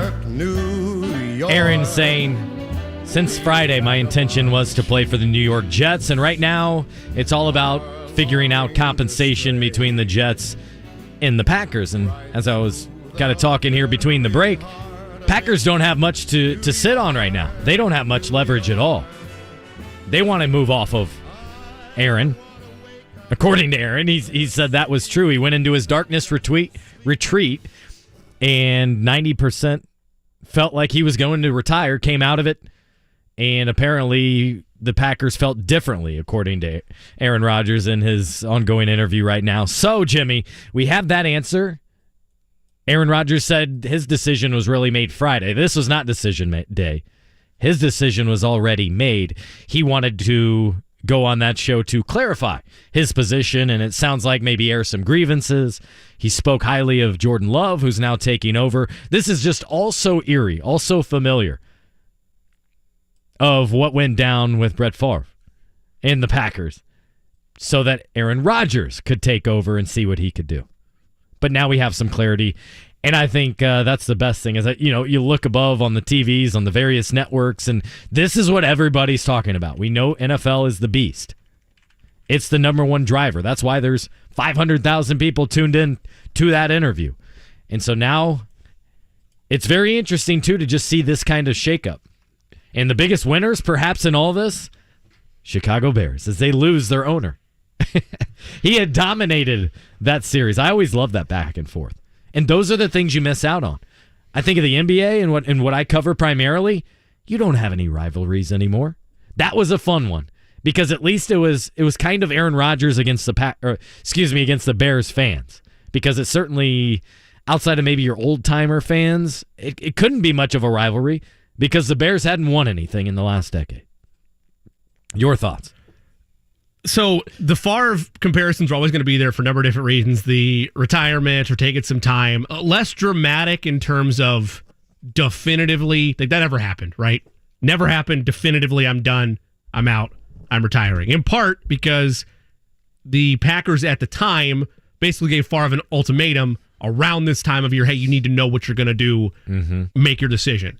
And regardless of where you land on history from 15 years ago, Favre wants to retire, and then he gets a second win, wants to come back. They ended up trading him in August. So broad picture of all of this, of those two parallels, I'm happy, still have to wait for the compensation to be settled out. I'm happy this is something that's done now for both franchises, because this is not something that I wanted to be hanging over any further than it already is, of this black cloud of drama of what's going to happen, in part because I want other teams to be able to freely make moves, be accessible from a cap standpoint and an asset standpoint, and not having to worry about what's happening with Aaron Rodgers. I'm still in the mindset that I need to see the compensation and see the deal finalized, because to your point, this is nothing more than Aaron Rodgers sharing his side of the story of where things stand right now, and the other point, and this is a key one, no doubt putting pressure on the Packers to, let's get this thing done. Let's be in the past, over with, figure out your compensation, let's get things moving along. And again, the Packers want to be done with him. They want off this contract that I think is something like $60 million for next season. So, which is wild to think about when they were the ones that helped put pen to paper just a year ago. 100%. And so this helps them almost more than the Jets in this situation, because otherwise, if they don't trade him, they are still on the books to owe Aaron to play for them. So that's why they don't have too much leverage here. I'm sure they're pushing for first-round picks, multiple picks, but I just don't really see them getting much. I think Packer fans, Jimmy, should be bracing for something very average, a third-round pick. And that's it. I'd be surprised if it was just a third. And here's why, because the Packers, we can say that they don't have leverage, and they don't have as much as they would if this was a more amicable situation. However, barring Jordan Love becoming Aaron Rodgers or a Joe Burrow, which I don't see happening this year. Maybe he will. Who knows? Yeah. Who's he throwing the ball to? I don't have an answer there right now. They're going to be bad next year. You're talking about Green Bay? Yes. They have Christian Watson, Romeo Dobbs. Okay. So Aaron Jones, A.J. Dillon. NFC North. So, again, two wide receivers that made a couple nice highlight plays towards the end of the year that were both, I believe, rookies last year. Again, no proven commodities at the wide receiver realm. They're going to have some cap Aaron space Jones. now. They are going to have space to spend. What do they do? How do they surround him? In the small sample size from what I've seen out of Jordan Love, I'm not expecting much. People that are saying, oh, look what happened, like Packers fans especially, look what happened the last time we did this quarterback carousel. Oh, Aaron Rodgers is here. We're safe. I'm not seeing that with Jordan Love. So even though they do need to move him, it's not a pressurized situation to where they can't just sit back and be like, all right, retire. We'll take the cap hit this year. I don't think you've seen enough either way to say he's going to be good or he's going to be bad. That's where I'm at. The sample size is way too small that I don't have a strong opinion either way, Jimmy. It's not strong, but that's where I'm leaning if you ask me where I'm at. I don't if you ask me what do I have to choose, he's going to be good or he will be bad this year. Just this year. Those are good odds, though. It is. It's good money either way. In general. And this is not a prediction where I'd be like, see, I'm not trying to be that guy. I'm just trying to say if you were putting me in a situation where I have to pick, I'm not pumping my chest right now if I'm a Packers fan, other than now we have cap space. What's next? I don't feel any better about the Packers quarterback situation right now than I do Indianapolis without a quarterback in hand. That's my overall feeling on Jordan Love. I would absolutely feel much better if you're the Packers because you have something in hand. Sure, you do have something. And right now, the Colts have absolutely nothing. They have a prospect they clearly believe in enough to say, hey, one of the best ball throwers in the league ever. We're good for this year. We want to move on. Because if you didn't have any kind of decent confidence in a guy like that, you're not making this decision. If you're the Packers? Yeah. I mean, but if you have no convictions in Jordan Love whatsoever, or you're not doing that. To your point, well, that could also be to a fault as well, right? We see GMs do that all the time. Okay, we're comfortable moving on because I believe in this guy. Then it doesn't pan out. But what they have to be careful of is it's way more likely they end up like the Colts are right now than they do continuing on with this next guy for the next decade. The Packers and then the Colts were very spoiled. Yes. Colts didn't have to worry about their quarterback position for a decade. They didn't expect to worry about it for another decade with Andrew Luck. And of course, the Packers had that with Brett Favre and then going on to Aaron Rodgers. The reality is those franchises were so lucky. Yeah, I mean, the list is significantly longer of franchises that have been in quarterback purgatory than it is ones that have found the right guy, the Hall of Famer. The Packers are on that list. You can bank the Steelers in there with how much tenure they got out of Big Ben. Like it's tough to find that generational talent. I don't know. Is it more fair to say, well, I need to see more from Jordan Love? That's fine. That's not what the Packers are saying. To your point, you don't send away Aaron Rodgers unless there's real bad blood there because, man, I think Jordan Love could be good. Think isn't good enough. No. Not in this world. No. Not at all. But it will be interesting. Aaron in a different market, in a franchise that's not his own, right? Like, it's different growing up and making it your own versus kind of going into someone's house and trying to get comfortable in that guest bedroom for, what is it? We don't even know, a year, maybe 2.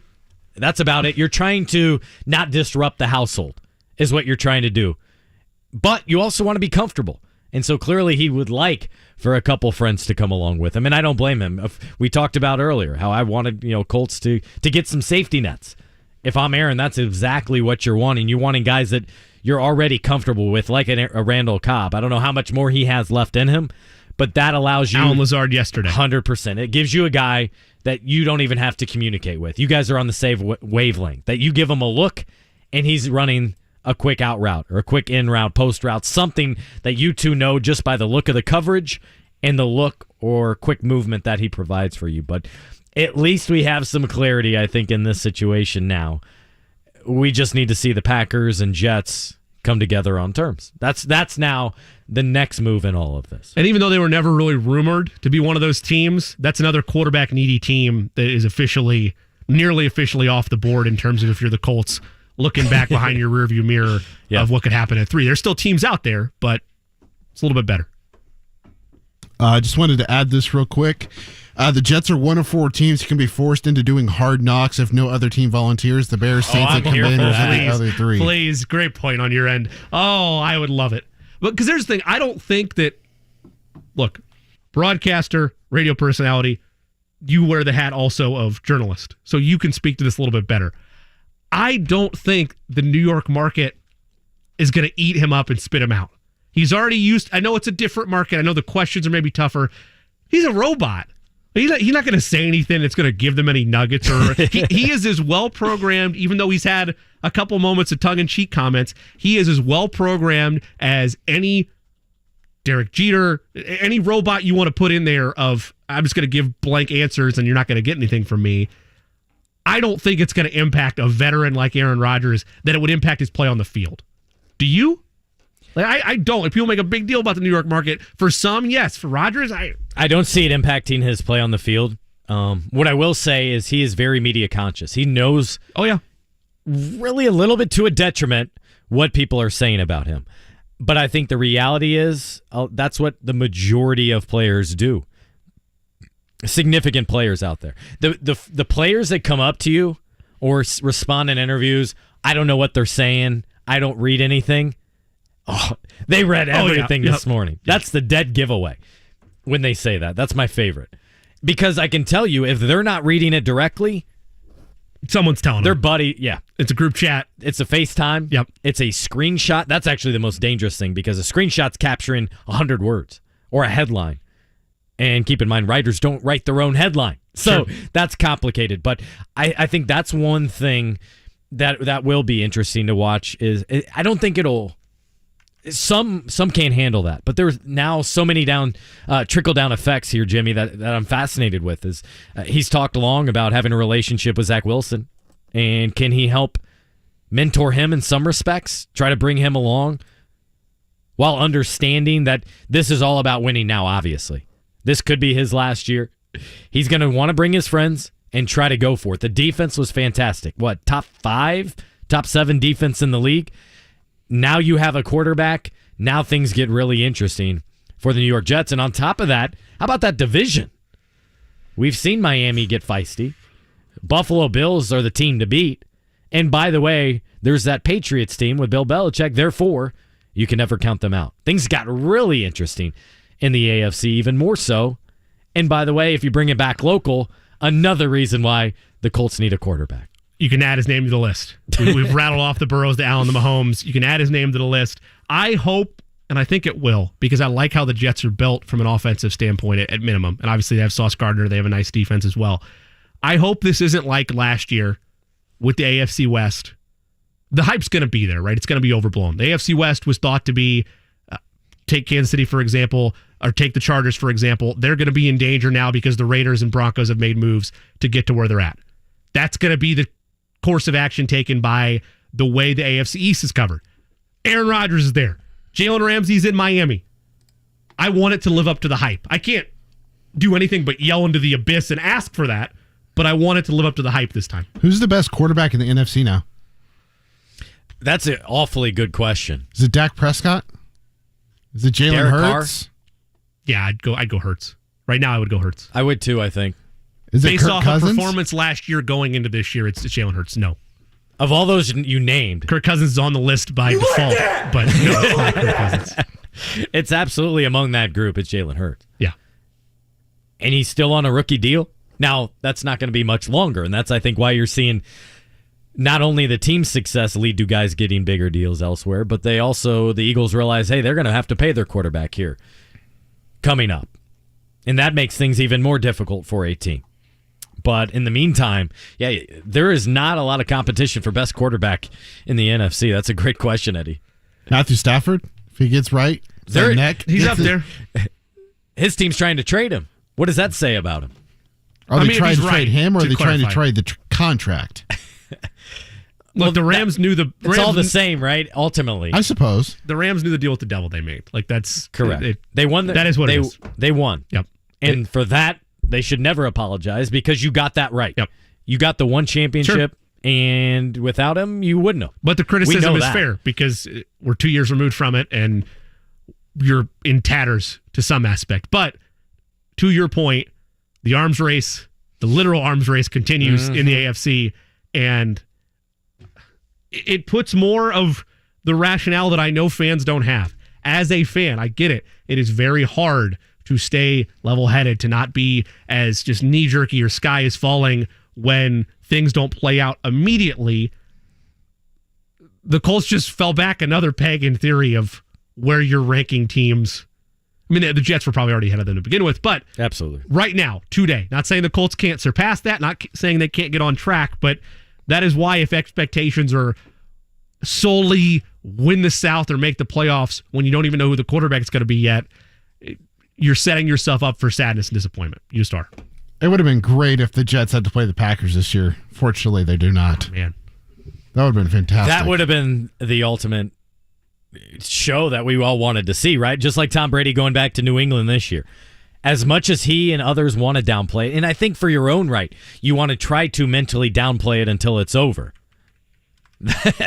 That's an emotionally draining situation, mostly because of the people involved, the memories involved. It's the security people. It's the drive in. It's how he spent more than probably almost half his life has been in Green Bay fighting for his life on that field. It's amazing. You mentioned the Lance Stevenson aspect of it earlier. Players like that all the time, or if you have the right connection with the franchise, it is a home to you. Those interpersonal relationships you have from top to bottom, yeah, you grow up there, literally. His entire adult life spent in Green Bay, and I got to be honest, had you asked me a year ago after he signed the contract, I thought, all right, that's it. You're not going to see him really not going to see him in the AFC. You're not going to see him on a contender. Like, he'll do what he can with Green Bay, but they're not spending weapons on offense. They haven't drafted a wide receiver in the first round in, I don't know how many years it's been now, but not since at least 6 seasons at minimum of Rodgers complaining for an offensive weapon to add to his arsenal through the draft. They didn't do it. That's justifiable, I believe. Of not doing it? Of his complaints. Of him being, oh, yeah. Oh, yes, absolutely. Yes. We're sitting here talking about our Colts rookie quarterback that they should surround with weapons. Yep. And they draft his replacement 1 year instead. And trade up for that pick, correct? Yes. That would hurt me if I'm a Hall of Fame type quarterback like he is. And you can make the argument that's where the chasm happened, right? Not to say there wasn't bad blood before. That's where at least was felt, I think, publicly. Yes. Yep. For the first time nationally. There might have been something local, might have been felt a little bit more in that area. But no doubt, I think, and he was so outspoken, I think, wasn't he leading up to that draft saying, hey, I'm looking for a receiver, and then boom, all of a sudden, your replacement 3 years ago? It's tough. Yeah, that would be very tough. And I'm not sure that's something you could ever get over, especially, Jimmy, when you consider the fact of that's what happened previously. He knows history. He studies history and recognizes and could read the writing on the wall. Lots more to come here, including Zach Keefer, Colts beat reporter for The Athletic, coming up at 2 p.m., for a more Colts-centric conversation, but I'm sure we'll dabble into Aaron Rodgers and how it directly impacts the rest of the league. This is the Midday Show on 93.5 and 107.5 The Fan. We'll be right back. The Bottle Works B-Ball Bash every day at the Bottle Works District from noon to 9 p.m. Food and drinks are available outside as you catch all the college basketball action on giant LED screens. Hey, Indy. Tim Piersant here, founder of Chattanooga Whiskey. Did you know March Madness and Chattanooga Whiskey have a lot in common? For example, we selected our flagship bourbon recipe through bracketology. That's right. After years of distilling and barreling hundreds of experimental recipes, barrel number 91 emerged as our champion. We now call it Chattanooga Whiskey 91, an award-winning small batch bourbon. Featuring notes like toasted honey and graham cracker, we think you'll enjoy it as much as we do. Drink Chattanooga Whiskey, enjoy responsibly. The winter blues are almost behind us, and we can't wait to get out of the house and be more active. That sounds great, but your achy joints don't agree. Well, time to do something about it. It's Kevin Bowen. You could stop with the steroids, stop with the possible surgery chatter. Now there's a better way to get lasting relief, and it's from QC Kinetics, the nation's leader in regenerative medicine. This exciting approach uses healing properties from your own body, highly concentrated, and then placed directly into your achy joint. It can restore and repair that damaged tissue and get you moving again without pain, knee pain, back pain, shoulder, hip pain. This patient satisfaction reports are incredible, and there's no downtime. You can learn more about this wildly popular, all-natural, alternative way to get lasting pain relief with no surgery and no drugs via QC Kinetics. The call is free. The consultation is free. 317-559-PAIN. Locations at Eagle Creek, Greenwood, and Carmel. A free consultation. You've got nothing to lose, and the timing is right for you to enjoy the best time of the year. QC Kinetics, 317-559-PAIN. Dream homes come in all shapes and sizes. And at TCU, we believe borrowing options should too. There's no one-size-fits-all mortgage. Let our knowledgeable team pair you with your perfect loan solution while you pick the perfect pairing of paint colors for your new place. Plus, save up to $1,000 on closing costs, which means more money for the fun stuff. Together, let's make it yours. Welcome home with TCU. NMLS number 686706, federally insured by NCUA, Equal Housing Opportunity. All loans subject to credit approval and membership requirements. Offer details at tcunet.com/welcome home. Guys, if you've noticed a lack of energy, motivation, and drive, it could be low testosterone. So schedule your complete health assessment at Low T Center today. They now offer the convenience of monitored self-inject at-home testosterone treatments. That's $155 a month cash pay, or is covered by most health insurance. If you don't live near a Low T Center, or you just need the convenience of the at-home treatment, Low T Center makes it easy. To get started on treatment, it's only the first 2 visits in person. That's lowtcenter.com to schedule your appointment today. lowtcenter.com. That's Low T Center, reinventing men's healthcare. Chapters of this story take a whole month to tell. This is May. It starts with twists and turns on the IMS road course for the GMR Grand Prix. Then PPG presents Armed Forces Indy 500 qualifying and the Firestone Fast 6 shootout. May continues with Indy's biggest party, Miller Lite Car Day. And all roads lead to the 107th running of the Indianapolis 500 presented by Gamebridge. This is where heroes become legends and legends become legendary. This is May. Buy now and save. Get tickets at IMS.com. A toast to our new college grad who fills us with so much joy, almost as much as when we're in our RV. Oh, the world is your oyster, kiddo, and ours too. Now that we're covered with Progressive, Dad and I can hop in our RV anytime we want. Might even splurge on a retractable awning. Ooh, look out. Sorry, what was I talking about? Protect your loved one with an RV policy from Progressive. Take as little as 4 minutes to see what you could save at Progressive.com. Progressive Casualty Insurance Company and Affiliates. Think you have the best sports trivia knowledge?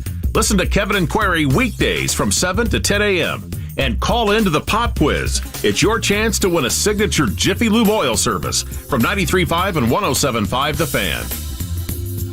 At Great Clips, we know you live a full life, which is why we're full of ways to make getting a great haircut easier. With Clip Notes, we save your haircut details so you can get the look you love from the skilled stylists at any Great Clip salon. Plus, with convenient online check-in, you save time too. So even when you're not thinking about your next haircut, we are. And when you choose Great Clips, it's gonna be great.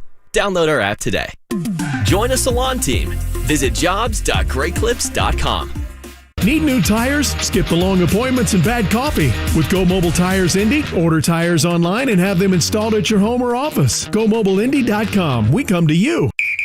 The Pacers head to Milwaukee to take on the Bucks tomorrow night at 7:30 on 93.5 and 107.5 The Fan. 93.5 and 107.5 The Fan.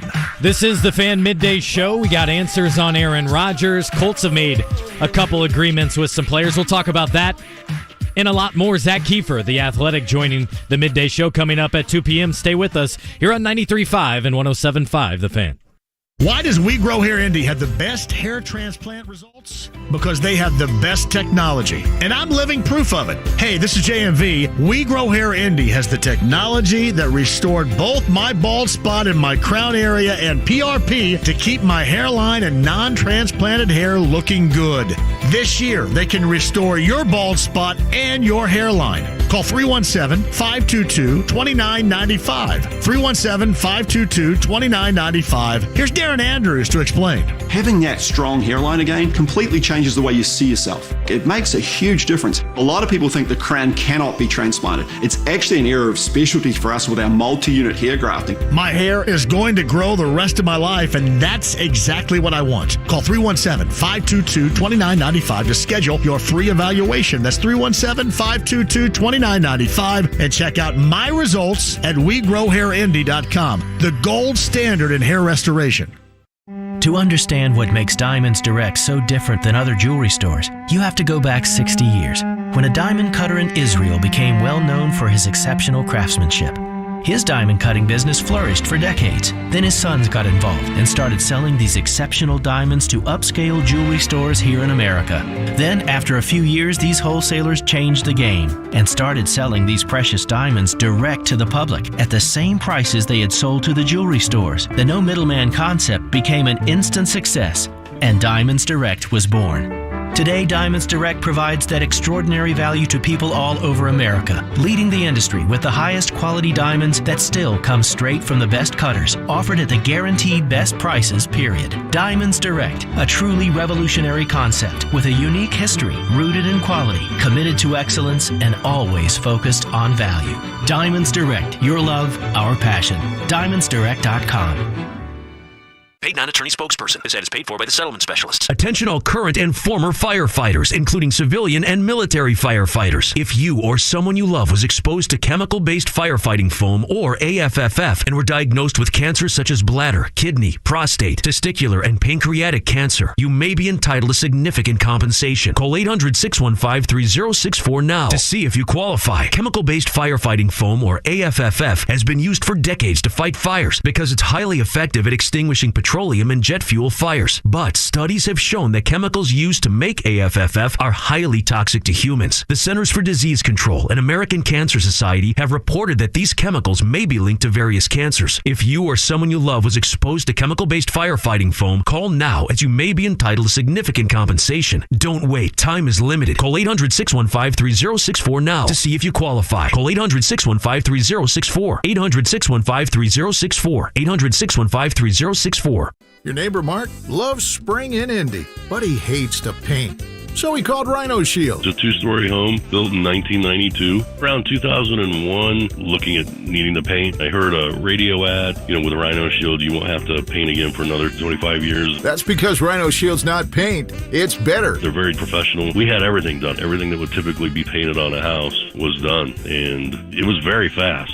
All right, Indy, get the 25-year guaranteed protection of Rhino Shield right now for 15% off the regular price. It was done in 2001 and still going strong. From what I've seen on our home, they can easily offer a 25-year guarantee and not worry about it. Here's owner Shane Smith. This offer is limited, so call me at 888-RHINO-41. That's 888-RHINO-41. Don't paint. Don't vinyl. Go Rhino. Don't paint, don't vinyl. Go Rhino Shield. Never paint your house again. Rhino Shield. In St. Pete, Clearwater, Florida, every day is a great escape. With 35 miles of white sand, there's no better place to get away. So let's explore the secluded beaches of Fort DeSoto or paddle our way around Honeymoon Island. Let's kick back, kayak, and catch crimson sunsets. Let's trade snow boots for bathing suits. Let's make today and tomorrow a beach day. Let's shine.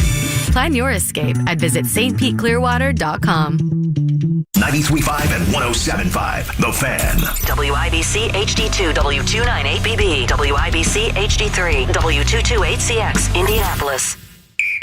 The Pacers head to Milwaukee to take on the Bucks tomorrow night at 7:30 on 93.5 and 107.5, The Fan. Bust it. 93.5 and 107.5, The Fan. 201 in Central Indiana. Appreciate you joining us here on the Fan Midday Show. Scott Agness alongside Jimmy Cook, Eddie Garrison behind the board, making all of this happen for you. Aaron Rodgers spoke to Pat McAfee for, I think, the last hour. Let's bring it back local, though, with the Colts, with Colts beat reporter for The Athletic, one of the greatest magazine feature writers in the country. I don't say that lightly. Zach Keefer joining us. And Zach, I guess we'll start with that, though. We finally got some clarity on Aaron. How do you think this directly impacts the league and maybe free agency? Was this holding anything up by your account?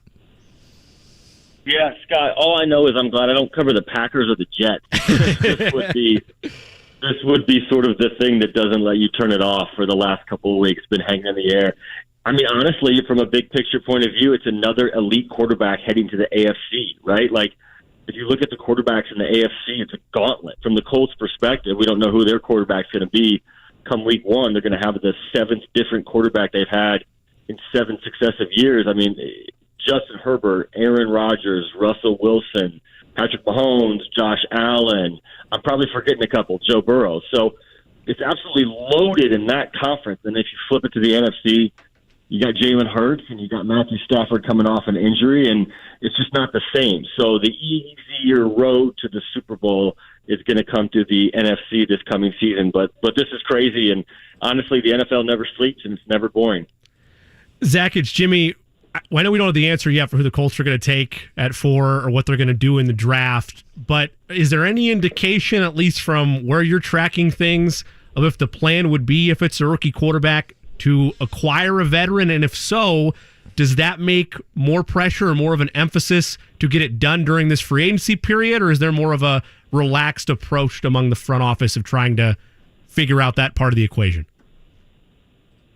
Yeah, so let's go back to last year, right? They needed a quarterback. They didn't know who it was going to be. They didn't love the market at that moment, and this is before Matt Ryan signed. And so they didn't jump. They didn't jump at Mitchell Trubisky. They didn't jump at Jameis Winston. They didn't jump at Marcus Mariota. And they waited, and then something happened with Matt Ryan. We know that didn't work out. He'll be released. They'll save $17 million and still owe him $18 million in dead cap money. But to answer your question about this year, yeah, they need a bridge quarterback, because if they draft a Will Levis or an Anthony Richardson, especially the latter, Richardson, I wouldn't expect him to play right away. He's going to need some time to learn the pro game, to sort of grow up on the job. And there's a lot of quarterbacks out there like those two that would probably be better suited to sit for a year. So in that situation, the Colts are comfortable doing that. They're comfortable letting this guy sit and play behind and learn behind a more veteran bridge-type quarterback. The guy that makes a lot of sense, that is available on the open market right now, is Gardner Minshew, who, as Colts know, lit them up a couple years ago when he was in Jacksonville. He's been in Philly the last couple of years playing with Shane Steichen, so there's a familiarity there. Mason Rudolph might be an option, but the Colts are not going to want to spend a ton of money on that position, although you're going to get what you pay for. And there's a very real chance that guy, that bridge quarterback, is your week one starter if the rookie's not ready. I think it's way more important to have the rookie sit and be ready when he's actually ready than to rush him in. So if you have to, go 4-4 or whatever it is, or 2-6, whatever it is, with a bridge quarterback in place, that's a very real reality for this team right now, because really this draft pick is not about 2023. It's more so about 24 and 25 and 26. This is a long-term decision, and you don't want to cut corners just to be better in 2023. I'll tell you what, Zach Keefer joining us at The Athletic. Nothing gets me more excited about the Colts season than thinking about Gardner Minshew behind center. Right? Like there needs to be some level of excitement and, I don't know, something to intrigue fans about the possibilities of what's next and to see that timeline. So I guess ideally you get the quarterback you want. He's able to start right away. But that's one of those, I think, if you're a Colts fan, you see maybe money not being spent where you necessarily want, and you're potentially not seeing your next quarterback start right away. I think that will make some Colts fans a little bit unsettled if that's the true reality.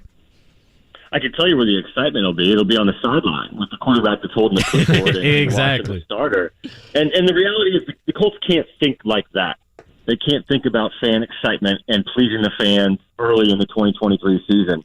They've screwed this up. They've convinced themselves they were close the last couple of years. They signed Phillip Rivers. That worked out, and they thought we can just keep going the veteran route. And they thought Carson Wentz was going to be here for 4 or 5 years. We know how that ended with the discussion the night after Week 17 in Jacksonville, when Frank Reich apologized to Jim Irsay and said, I thought I could change him, but I was wrong. And Irsay said, we need to get a new quarterback. And they traded Carson, and they went to Matt Ryan because they thought they were close. And they weren't, and everything fell apart this season. So trying to make these short-term plays to think that you're close to winning the division in the next year has really backfired. And they need to go back to square one. And if they're going to build this around a rookie quarterback, which is what they're doing right now with some of these moves in free agency, they need to do it the right way. And that's going to mean there's going to be some growing pains in the next couple of years. Zach Keefer covers the Colts for The Athletic. Nice enough to take some time with us. With the move that happened on Friday, Zach, with the Panthers trading up to go get the Bears, there's now panic among the fan base of, okay, what does that do for us, for our quarterback prospects and hopes? Ballard obviously keeps his card close to the chest like a lot of GMs do, but with where you evaluate these quarterbacks or what you like about the set of 4 of Young, of Levis, of Stroud, and of Richardson, if let's say Stroud and Young are gone and it's a Levis or Richardson situation at 4, is it we have to take one of these guys, or would you be surprised if they went best available at this stage? No, you're playing with fire though, because the city might burn down if they don't pick a quarterback at 4. Look, I can tell you how the Colts see it. Like they didn't think there was an absolute stud in this class. That's why they didn't trade up. Right. And whether you agree or disagree, that's my job is sort of to relay what the Colts are thinking about this. And if there was a Joe Burrow or a Trevor Lawrence, they would have traded up, and a lot of other teams would have traded up. And the other thing is there's not a chance in the world the Bears would have traded out. They would have stayed there, and they would have taken this guy, and they would have figured out what to do with Justin Fields because he remains a question mark. So that's the reality of where they're at 4. They didn't feel like their position changed a whole lot. I'm not sure I agree with that. I feel like their chances of getting the quarterback they really like lessened a little bit with another QB-needy team up ahead of them with Carolina at 1 and with Houston at 2. And a lot of people think Houston will take Bryce Young if he's there. We'll see what Carolina does. But when you talk about Will Levis and Anthony Richardson, I watched some of the tape on these guys, and it's really easy to talk yourself into these guys because of the physical traits, right? I mean, they have cannons for an arm, and when Will Levis said that at the Combine, he wasn't kidding. I saw it in person at the workout. And then Richardson, literally, this is not hyperbole, this guy might be the most physically gifted quarterback prospect ever. Like, ever. Like, he's an absolute physical specimen. But he's a better prospect than he is a quarterback. And he's high on a lot of throws, and he doesn't process well. And he's only started 12 games at Florida. And there was a lot that you wanted to see on the tape that you didn't see. But again, he's so young in his quarterback development. This is where the art of scouting really comes down to it, right? Like, where do you see this guy in 3 years, in 5 years? Can you coach up accuracy? Can you coach up pocket presence? I always go back to something Peyton Manning said years ago, and I know this is not apples to apples, but someone asked him, why do you always know when that blindside rusher is about to hit you, and why do you always throw it just before? How can you even see that guy? And Peyton was like, look, I've just always known. I've just always been able to feel that pressure. Some guys have that, and some guys don't. And one guy that comes to mind is Carson Wentz. Like, huge cannon arm, absolute physical specimen, pretty poor pocket presence, and pretty bad decision-making. So, I think he's a good recent example of a guy a team traded up to get at the number 2 pick in 2016 that showed a lot of physical talent early and had a great season going, but hasn't been able to figure it out ever since. And if he plays next year, it'll be 4 teams in 4 years. So that's the game you got to play. But the Colts have a very recent example of a quarterback with all the physical attributes who couldn't really play the position as well as they needed to. And again, you go back to Chris Ballard's comments after that season, after that disappointing end in Jacksonville. We asked him what was wrong with Carson. He just couldn't make the layups. And so if these guys are missing 5-yard outs, that's a serious problem. You don't often have these 70-yard highlight throws that you see in the pro days and at the combine. Like, can you hit the short, accurate throws you need to? That's a big part of this as well. And Levis and Richardson have struggled at that as well. Yeah, and can you go through your progressions and quickly make those instinctual things, the details? And those are the things I think we saw that were lacking when it came to Carson Wentz. And you mentioned, Zach Keefer joins us here. You mentioned, the little things, the know-how from Peyton back in the day. One of the things I always appreciated was when the refs blew a play dead, he immediately threw it down to the ground. Maybe to not get hit, whatever. I really like that from him, for example. To go back to the draft combine, Zach, I'm curious. Knowing that the Colts have to attack this quarterback position, walk us through your combine. How differently, if at all, did you approach this, and how much did you try to take in specifically the quarterbacks knowing what lies ahead? Yeah, this is a totally different combine for me. 8 or 9 I've been to in the last couple of years. But I've never known they were going to draft a quarterback, and it really feels like that's going to be the outcome come April 27th. And, this is the highest pick the Colts have had going back to 2012. It's been 11 years since they drafted a quarterback in round 1. We all know who they took that year at the top of the draft. That was easy, right? That was pretty easy. The last 2 times the Colts took a quarterback at the top, it was pretty easy because you had that first pick, and you didn't have to really worry about what other teams were going to do. This is completely different.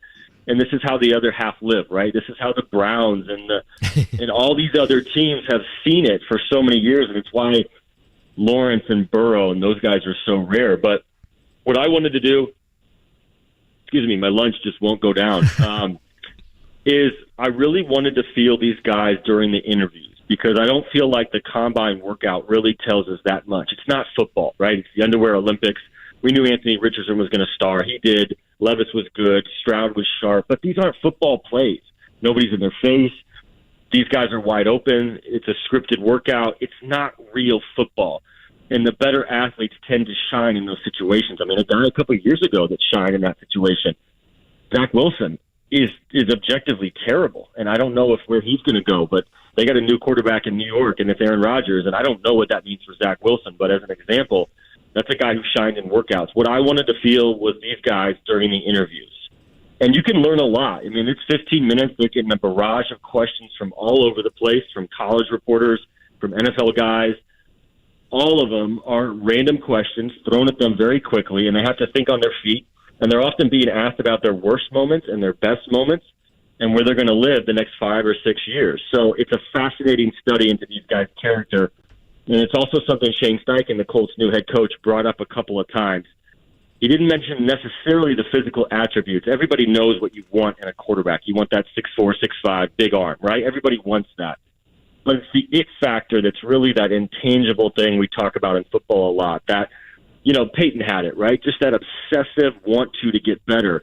And Steichen mentioned his interview with Justin Herbert a couple of years ago when he was with the Chargers, when Herbert would walk him through every single day during the week when he was at Oregon, getting ready for a Saturday game. And that stood out to him. It's like, this guy is going to be ready for the next level when you're preparing Monday through Saturday to get ready for Sunday games. And then he talked about Jalen Hurts, who just had a monster breakout season with the Eagles under Steichen's tutelage, really just being absolutely obsessed. And a lot of guys are going to say that during these interviews, but when you look at them and you hear them and you pay attention, do you really believe them? And that's really the most interesting thing for me at the Combine. I thought Stroud was really polished. Bryce Young was very soft-spoken, and I think, honestly, it might be a little difficult for him to lead an NFL locker room early in his career. It's not just his height, but it's his voice. But again, he did it at Alabama, and if you could do it there, you could probably do it in the NFL. So we'll see. But Richardson he's a case study because he's got every physical attribute you need, but he's so young in his quarterback development. And coming in the NFL, the players know. Like, they know if you're just picked because you look great and you can throw it 70 yards, and they also know if you can hit, a 3rd and 8 out route where the ball needs to be exactly where it needs to be. So that's going to be the fun part because there's no easy decision in this draft. And if you watch the tape of all 4, you can convince yourself that each one of them is going to be a good NFL quarterback. Zach Keefer of The Athletic taking some time with us. Zach, I know you've been on this throughout the Colts free agency process, but you mentioned on Twitter they re-signed Ashton Doolin. You estimated their cap space right around $24-25 million. Kind of a two-part question. One, was Matt Ryan likely to come off the books here? They've already made the intentions, at least via reports, that are going to cut him to save money. And then with Stephon Gilmore being sent off, again, kind of a cap-saving move there.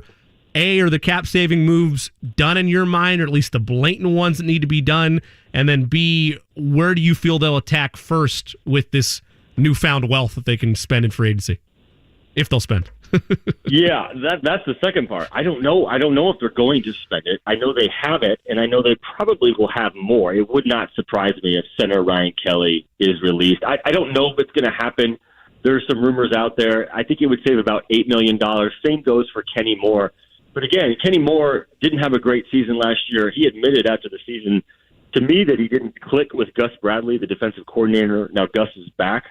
But again, you don't have anything at corner right now. Yeah. Like, I know Kenny doesn't play on the outside, but you got Isaiah Rodgers and then a bunch of question marks. And so I think, you sign a veteran corner, you probably draft one as well, but you need a nickel corner. You need that in this league as much as the offenses are throwing, as much as you're in nickel defense. So those are two guys that I could see, but again, I don't know why they haven't done it yet. Maybe they're working the trade lines as well. What they're going to do with the money, they're going to do what you mentioned earlier. They're going to probably sign a bridge quarterback. Those guys are not cheap. Even though they're not franchise quarterbacks, it's still going to cost you double digits in the millions to sign one of those guys. And I still think there's another splash. It might not be super exciting, but if you watch the Colts last year, it might actually be, because I think they should go pay a right guard a lot of money, because you're going to be bringing in a rookie quarterback, and the last thing you want to do is have that guy running for his life, like Matt Ryan was, like Nick Foles was, and like Sam Ehlinger was. I mean, 60 sacks last year. 60 sacks. And I know you've already dished out a lot of money on that line between Quentin Nelson and Ryan Kelly and Braden Smith. But the reality is you have to do something with that unit. So I think that could be an option. With Doolin coming back, that probably lessens the chance that they pay Paris Campbell. We'll see. He probably have to take a discount. But again, it's not a great receiver market, so Paris has some options, and he's probably more attractive than he would be in the last couple of years. So we'll see. But the Colts spending money is always a precarious prediction because they just haven't spent a lot of money the last couple of years. And I'm all for spending it if there's a reason to do so. I hear that a lot with the Pacers is why aren't they spending? Well, right now they're not even a contending team. So it'd be foolish to spend for the sake of spending. So I kind of feel that a little bit for the next year or so with Chris Ballard and the Colts. Zach Keefer is with us. And Zach, you guys had an opportunity. I thought the timing was interesting in the middle of free agency, but a very good opportunity to meet some of the new faces around the Colts facility and some of the assistant coaches. You wrote about one of them. What did you learn during those press conferences yesterday?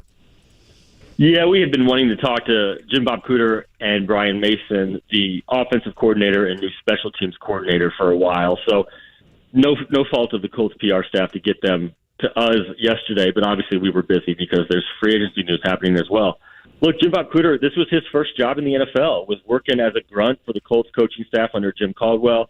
He's worked with a lot of great quarterbacks, Peyton Manning among them. Obviously, that's where he started. Jim Caldwell brought him to Detroit. He worked with Matthew Stafford. And last year he was in Jacksonville with Trevor Lawrence. So, obviously, the one thing that jumped out that Jim Bob Cooter said was everything we do on offense is going to be built around one guy. It's going to be built around the quarterback. And that's just not something we've heard the last couple of years. They've tried to not win in spite of the quarterback, but they've tried to win in different ways. It's almost like the Colts have been resisting where the NFL is going. And I understand there's a lot of context and nuance that goes into that. It's not like you can design the offense around Matt Ryan's running ability, right? I get that. They had to live within the restrictions of these quarterbacks' talents. But everything signals they're going to go get this rookie quarterback, and they're going to build it around him, and that's going to take some time. That's why you got to get the offensive line right. That's why you got to get some help at wide receiver. But having Jonathan Taylor coming back healthy, he's out in Arizona right now training, that certainly helps. Having a guy like that in the backfield certainly makes the life of a rookie quarterback a little bit easier. So that's the offensive philosophy. That's what Shane Steichen has said, and that's what Jim Bob Cooter said. And then on the other side, it's just really cool. Brian Mason is an Indianapolis guy. He's a Hoosier, graduated from Zionsville. Went to D3 college, wasn't even thinking he was going to last that long in coaching, really started to love it, and really climbed really fast and became one of the best special teams coaches in all of college football. And then about a month ago, got a call from a coach he'd never met in Shane Steichen, and Shane wanted him to come interview for the Colts. And he was like totally stunned. He came and he sat down with Ballard and Steichen and then walked out of the interview thinking it went well, but also thinking there was no way that he locked up that job.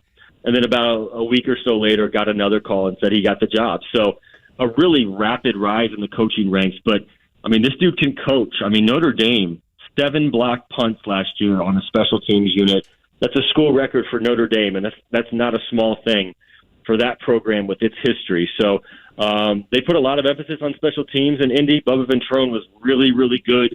A lot of players were bummed that he left. But Brian Mason's a young, rising coach, and that's an interesting hire. So it was fun to get to know them a little bit yesterday.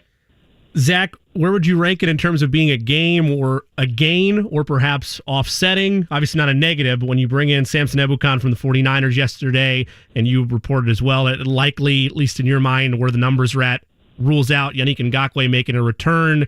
Is that offsetting, the net positive in your mind for that signing for the Colts? Yeah, it's probably not as splashy of a name as a lot of people think, but I think it could be a net positive, and here's why. Ngakoue didn't really play the run. He just didn't play the run, and there was never a point last season where I said to myself, they've got to bring back Ngakoue. Really good dude, enjoyed getting to know him, enjoyed writing about him, and really was involved in the community. And he had 9.5 sacks, and that's no small feat in this town where they've needed pass rush for a long time, really since Mathis retired. But the reality is a couple of those came late in halves in situations where the team had to throw, and some of them were unblocked. Now, that's not Ngakoue's fault, but every sack is not created equal. And there were so many times late in games when they needed one play defensively or one stop or one hurry or one deflection or one sack, and they couldn't get it. And that's why he was here. That's why he was here, and he didn't deliver that. So I always felt like they were ready to move on from him as opposed to give him, the big contract he's been wanting for a couple years. He's bounced around for a couple teams.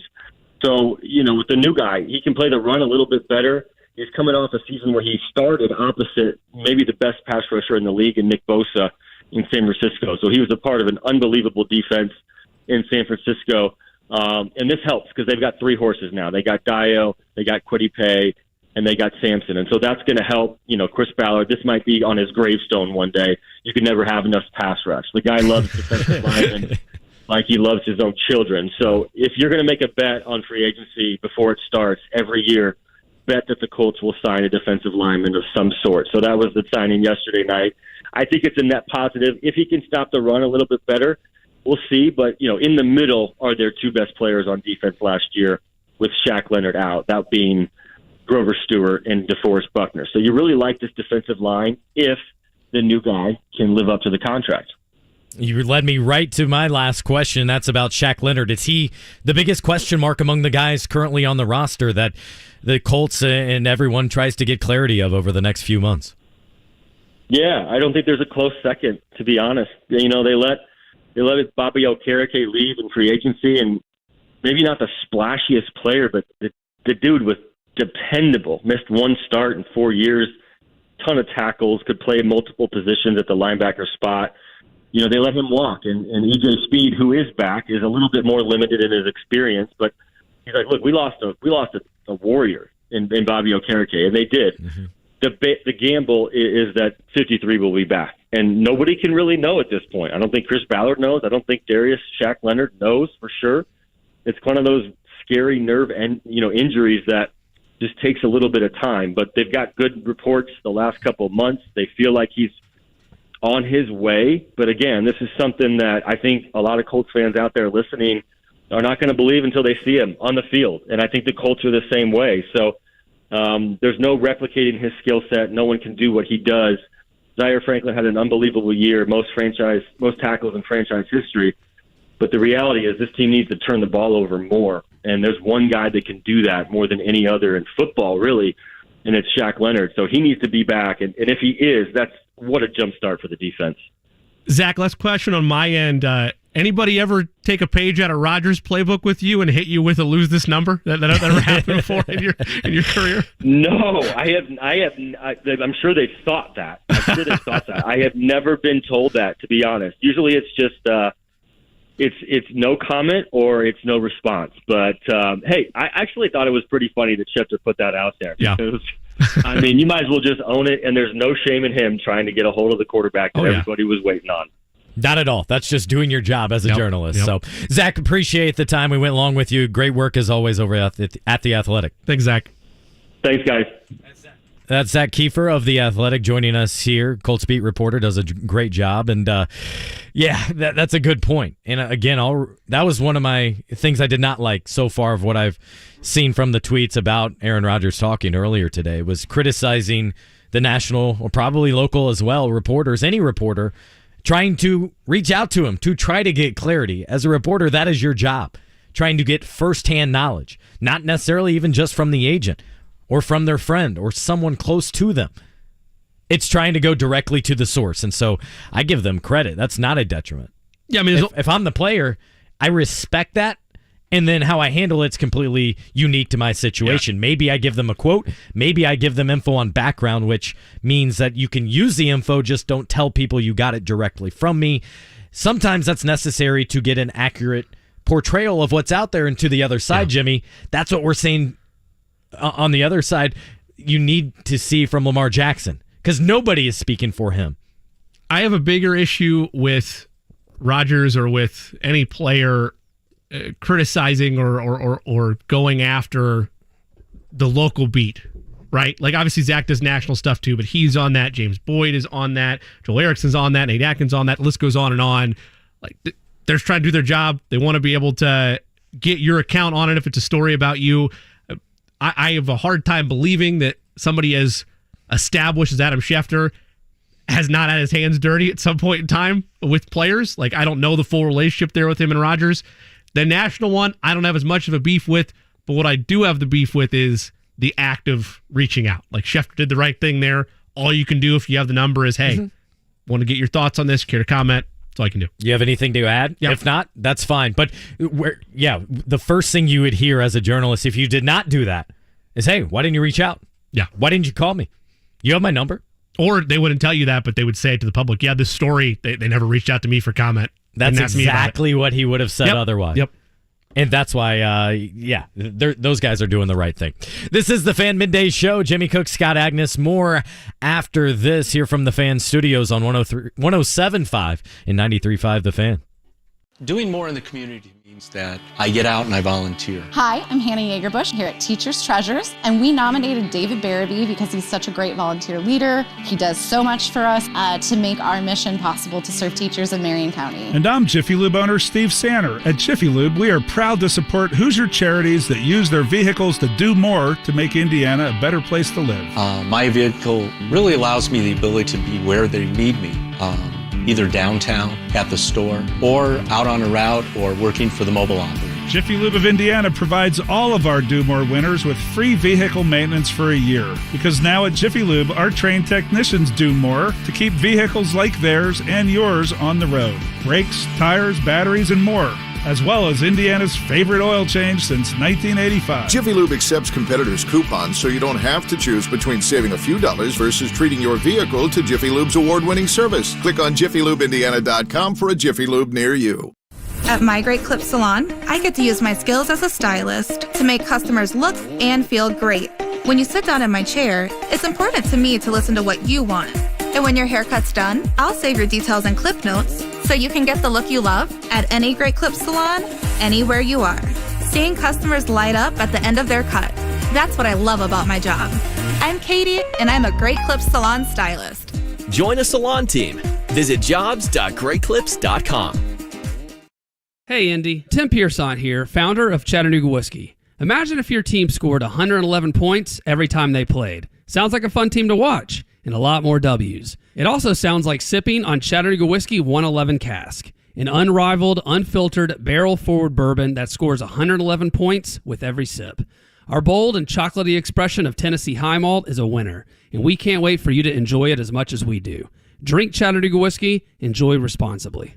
Hey, fellas, need an annual health exam for work, or you just want to prioritize your health this year? I recommend Low T Center to get your complete health assessment. They check all your levels, not just testosterone, and typically completely covered by most health insurance. And if you're not insured, it's less than $100 for full labs and an office visit with the provider. Low T Center specializes in men's health, making it quick and easy. That's lowtcenter.com to book your appointment online. Low T Center, reinventing men's health care. Denny Smith for Sundown Gardens, and spring is around the corner at Sundown Gardens in Westfield. Sundown Gardens is your spring headquarters on the north side for trees, shrubs, annuals, perennials, mulch, pottery, and more. Right now, Sundown Gardens has 25% off all houseplants and houseplant accessories. Sundown Gardens has a second location coming later this spring. Coming soon is Miss M's Home and Garden by Sundown Gardens in Bargersville on State Road 135. Sundown Gardens at 186th Street and Spring Mill Road, sundowngardens.com. Hey, it's JMV. Sometimes accidents happen. Truck wrecks, car wrecks, motorcycle wrecks that just shouldn't have happened. It can mean dealing with a lot of pain, broken bones, surgeries, PT, extended medical care, even death. All of which can also add up to catastrophic harm. That's where personal injury attorney John McLaughlin at Parr Ritchie can help. John is recognized in Indiana Super Lawyer magazine as an injury attorney. It's worth a free call to see if John can help you. 317-269-2509 or visit parrinjury.com. That's PARR injury.com. Hey, it's Dan Dockich here. You know, for years on my radio show, I asked people to help me out. I needed a treatment, aches and pains. I couldn't lose weight. Well, guess what? I found a solution. I did. Affinity Whole Health. All you've got to do is go to feelgreatindy.com and look into it for yourself. The testosterone program that I am on has been a godsend. I've missed no workouts in 6 months. No more aches and pains.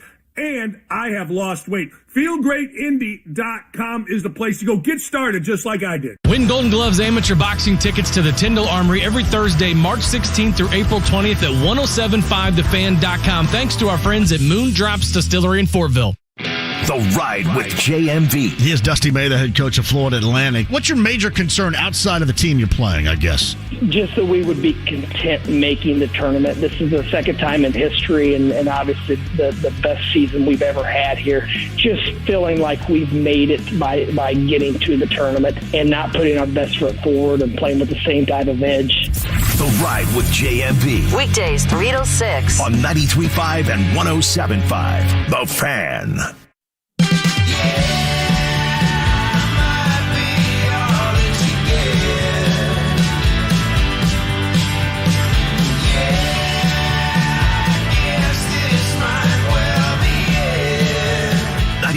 And 107.5. The Fan.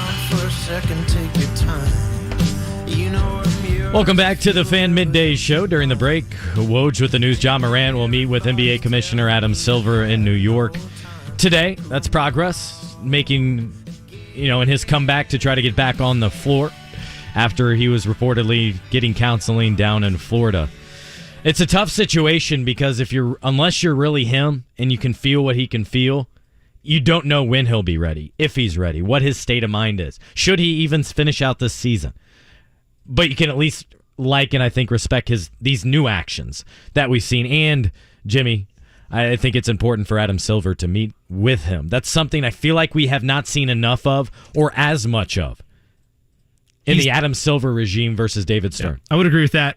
He's taken to this point. Again, I'll be forthright, right? Everybody has different mental health struggles that they go through.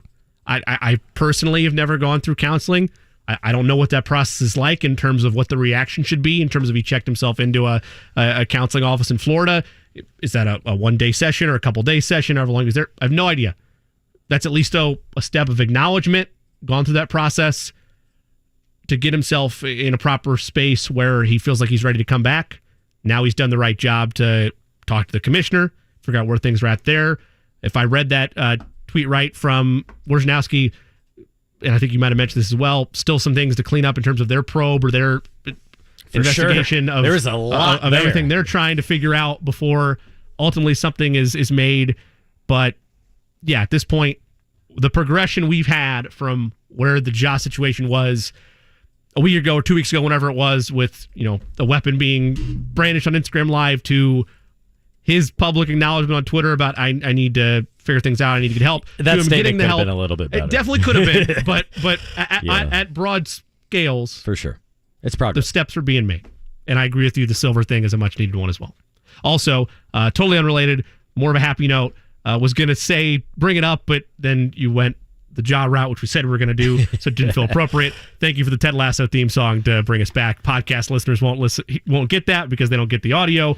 But thank you for that. Appreciate you. Good. Yeah, I mean, I've told you time and time again, if you have a request, I will make it happen. You honor it, and you're a kind soul right there. And me being someone who is not yet, I was going to cut you off and say, Scott, you know what this is? Because I know you don't know what this is, but I didn't figure I'd do it. Yeah, that's 100% on me. That's what you have to look forward to. Well done, Eddie. Yeah, that's something that, maybe next week and try to get into. I don't know. It's tough. Maybe I just wait till the Pacers season's up, quite frankly, and then get into shows. Because during the season, it's so hard to have something to be committed to. Because, for example, take last night. It's not debating what show or what movie to watch, Jimmy. It's, all right, first four is on this screen. Which NBA game do I watch here while I write a story? Sure. And, that type of thing. But I have heard not one person go, yeah, that's a little bit overrated. Yeah, I just didn't enjoy it. Not one person has said that. Now, there have been some to the extreme of best show ever. I love this. It's changed my life. To the majority, just, that was fantastic. I want more. Are you because I think the answer is yes, given your background. Are you as big of a playoff guy when it rolls around for the NBA as I am? Absolutely. So that your path isn't until June, man. No, but the difference or maybe days off in between games. The difference is, without the Pacers participating, there's not a practice to go to. Fair. There's not a shoot-around. Fair. There's not a game to physically be present at. Okay. So maybe... So daytime watching? Maybe you get your day story done. Sure. You mix in a show while you make a nice dinner for once rather than grabbing takeout. I'm sure that's nice. Before the games get started. And once you get past the first round, when it's coming at you hot and heavy, there's 3 games a night, and it's hard to keep track of. Once you get to the second, certainly the third round, then it's 1 game a night. Right. And if it's the West Coast game, good luck getting it started before 9 p.m.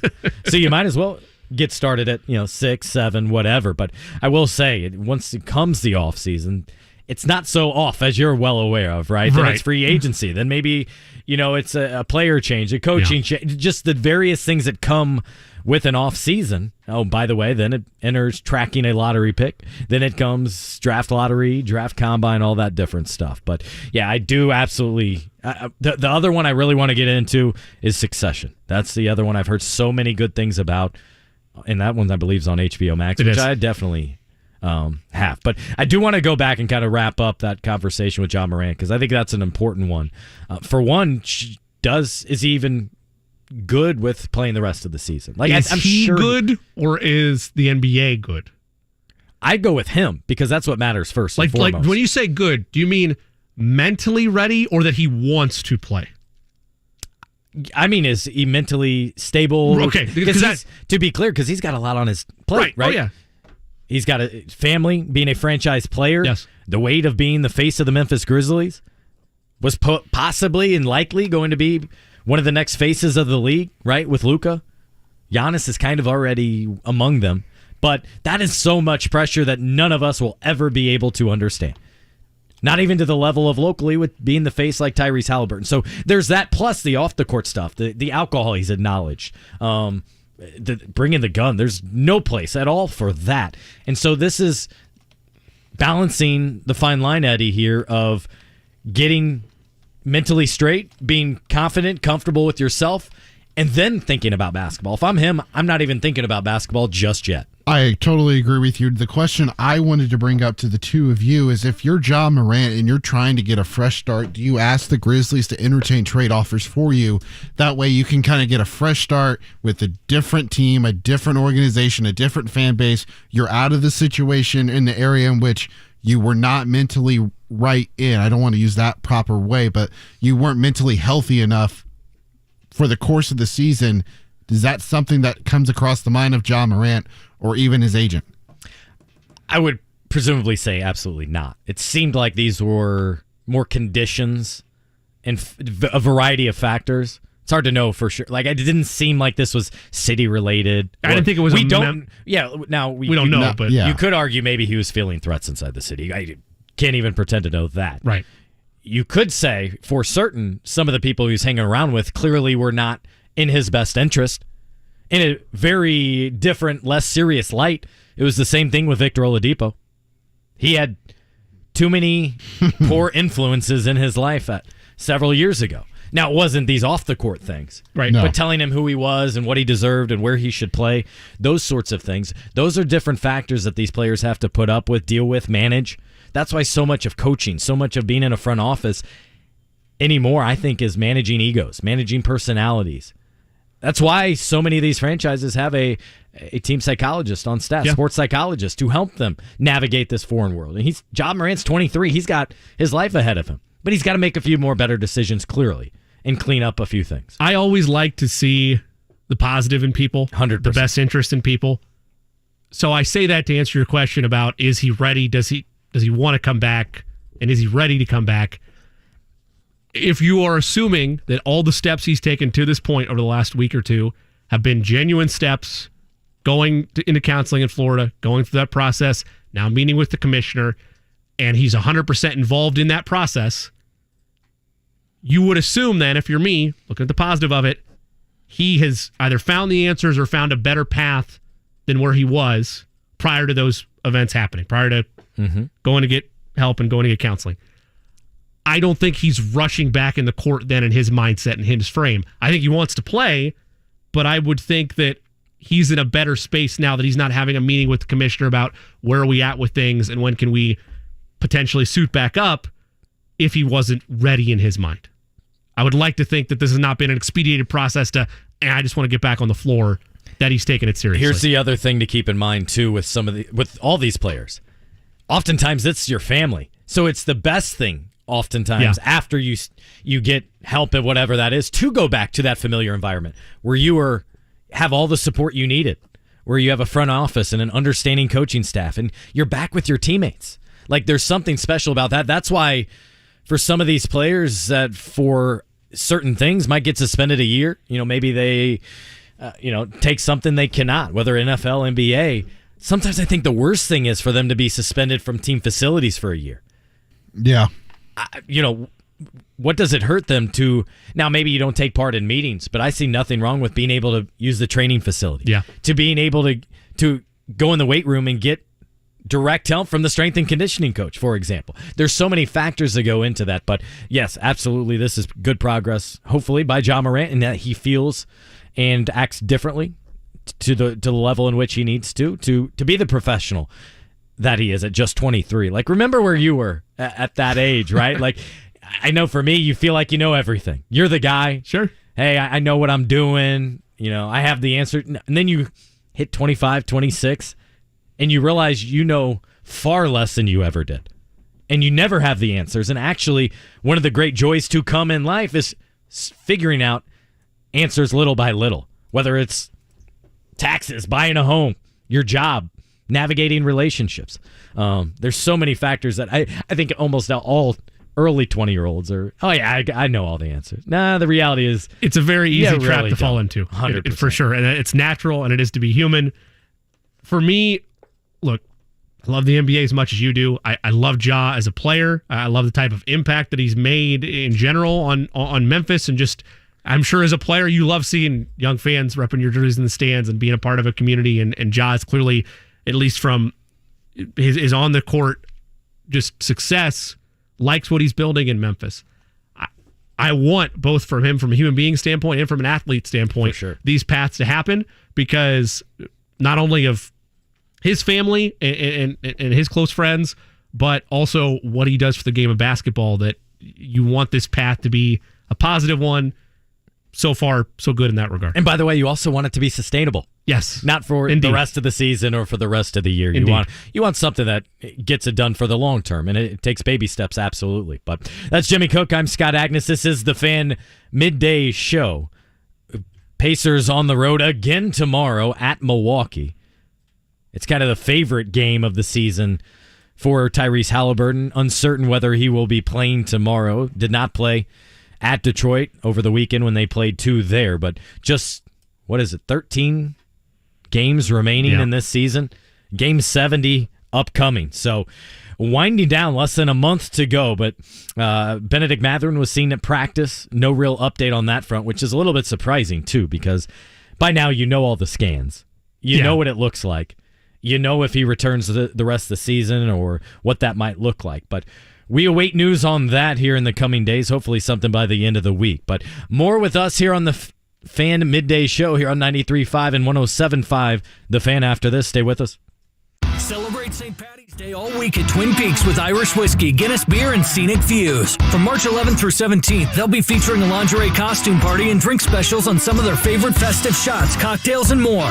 Feeling lucky? Wear some green into the lodge on St. Patrick's Day, and your Twin Peaks girl will bring you a free order of fried pickles.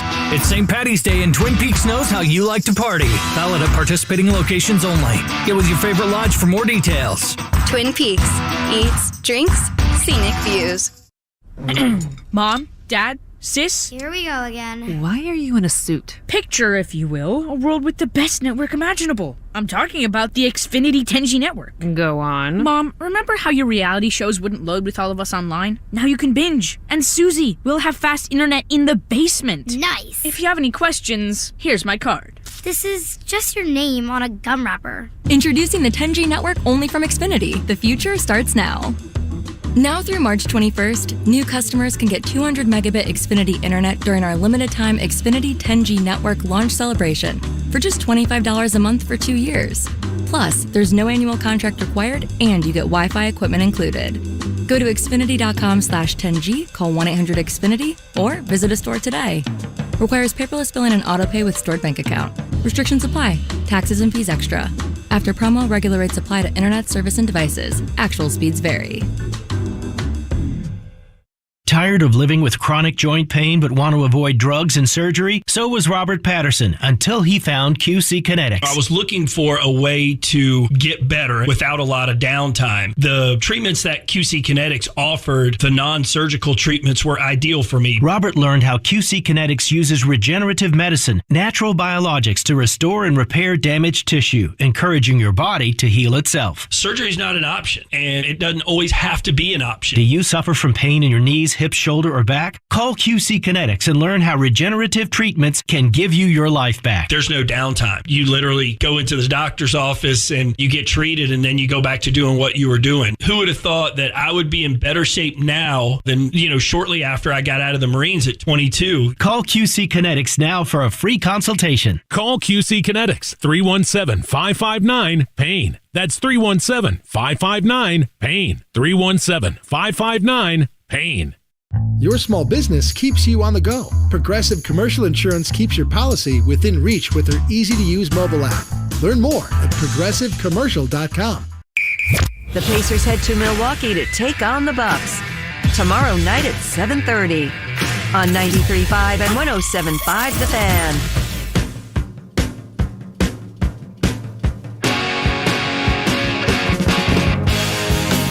.93.5 and 107.5 The Fan. Back for the final time this afternoon, and I think it's time for the favorite segment of the show for Jimmy.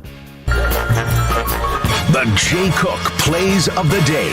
This is me, all right? I'm not a athlete. This is my way. This is how I win. Today's plays of the day, we're sticking with the first four. Going to take Fairleigh Dickinson to win the money line over Texas Southern, that at plus 120 odds. Look, I'll be honest with you, I don't really trust either of these teams, but I am going to take Arizona State. I think it's a last-second win for Hurley versus Alford in this matchup of Arizona State versus Nevada. They're minus 140, though, on the money line there. So just take that into your pocket as well. 3-0 yesterday. Love a good petty bet. Hofstra downs Rutgers at Rutgers yesterday. 3-2 on the week. Plays on Twitter at @JCook. Eddie, you also had a perfect day yesterday. I did. Another one. Now 4-0 to start the week. We're feeling good. Jimmy, in that game, you talked about Arizona State and Nevada. I am minus 2.5. I am taking Arizona State. I think the Sun Devils absolutely just run Nevada out of the gym. They are not playing good basketball for the last month of the season. Arizona State, they played well in their conference tournament, and I really like the Sun Devils. Another player prop for you on the NBA side of things. Lakers, Rockets tonight. I will take Jared Vanderbilt and see if it's still there. It is under 10.5. I will take that. It's on DraftKings, minus 145, a little juice. Under 9.5 is also okay. I like the wing depth for the Houston Rockets to contain Vanderbilt on the inside. Plus, he's not known for his scoring ever since he came over from the Jazz to the Lakers. So those are the two plays I'm rolling with. Like them both.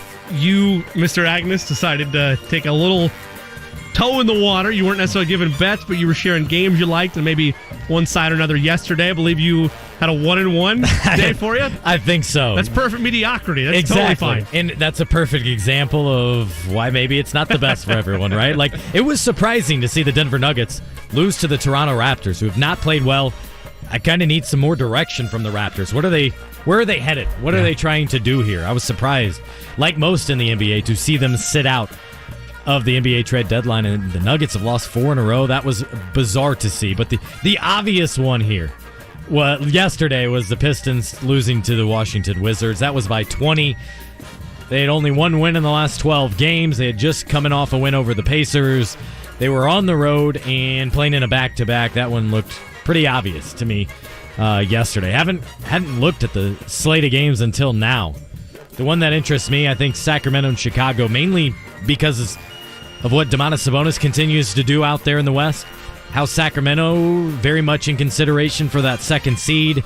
Chicago, a team that needs some direction here moving forward. Will Lonzo Ball even play again? Like, there's so many questions with that Chicago Bulls team. But that's at least the game, guys, tonight that I will keep my eye on. Looking big picture with you in relation to the NBA, I have a futures bet that I made on the night of the trade. I've said this a couple times on the show, for the Suns to win the title. That was obviously on trade night.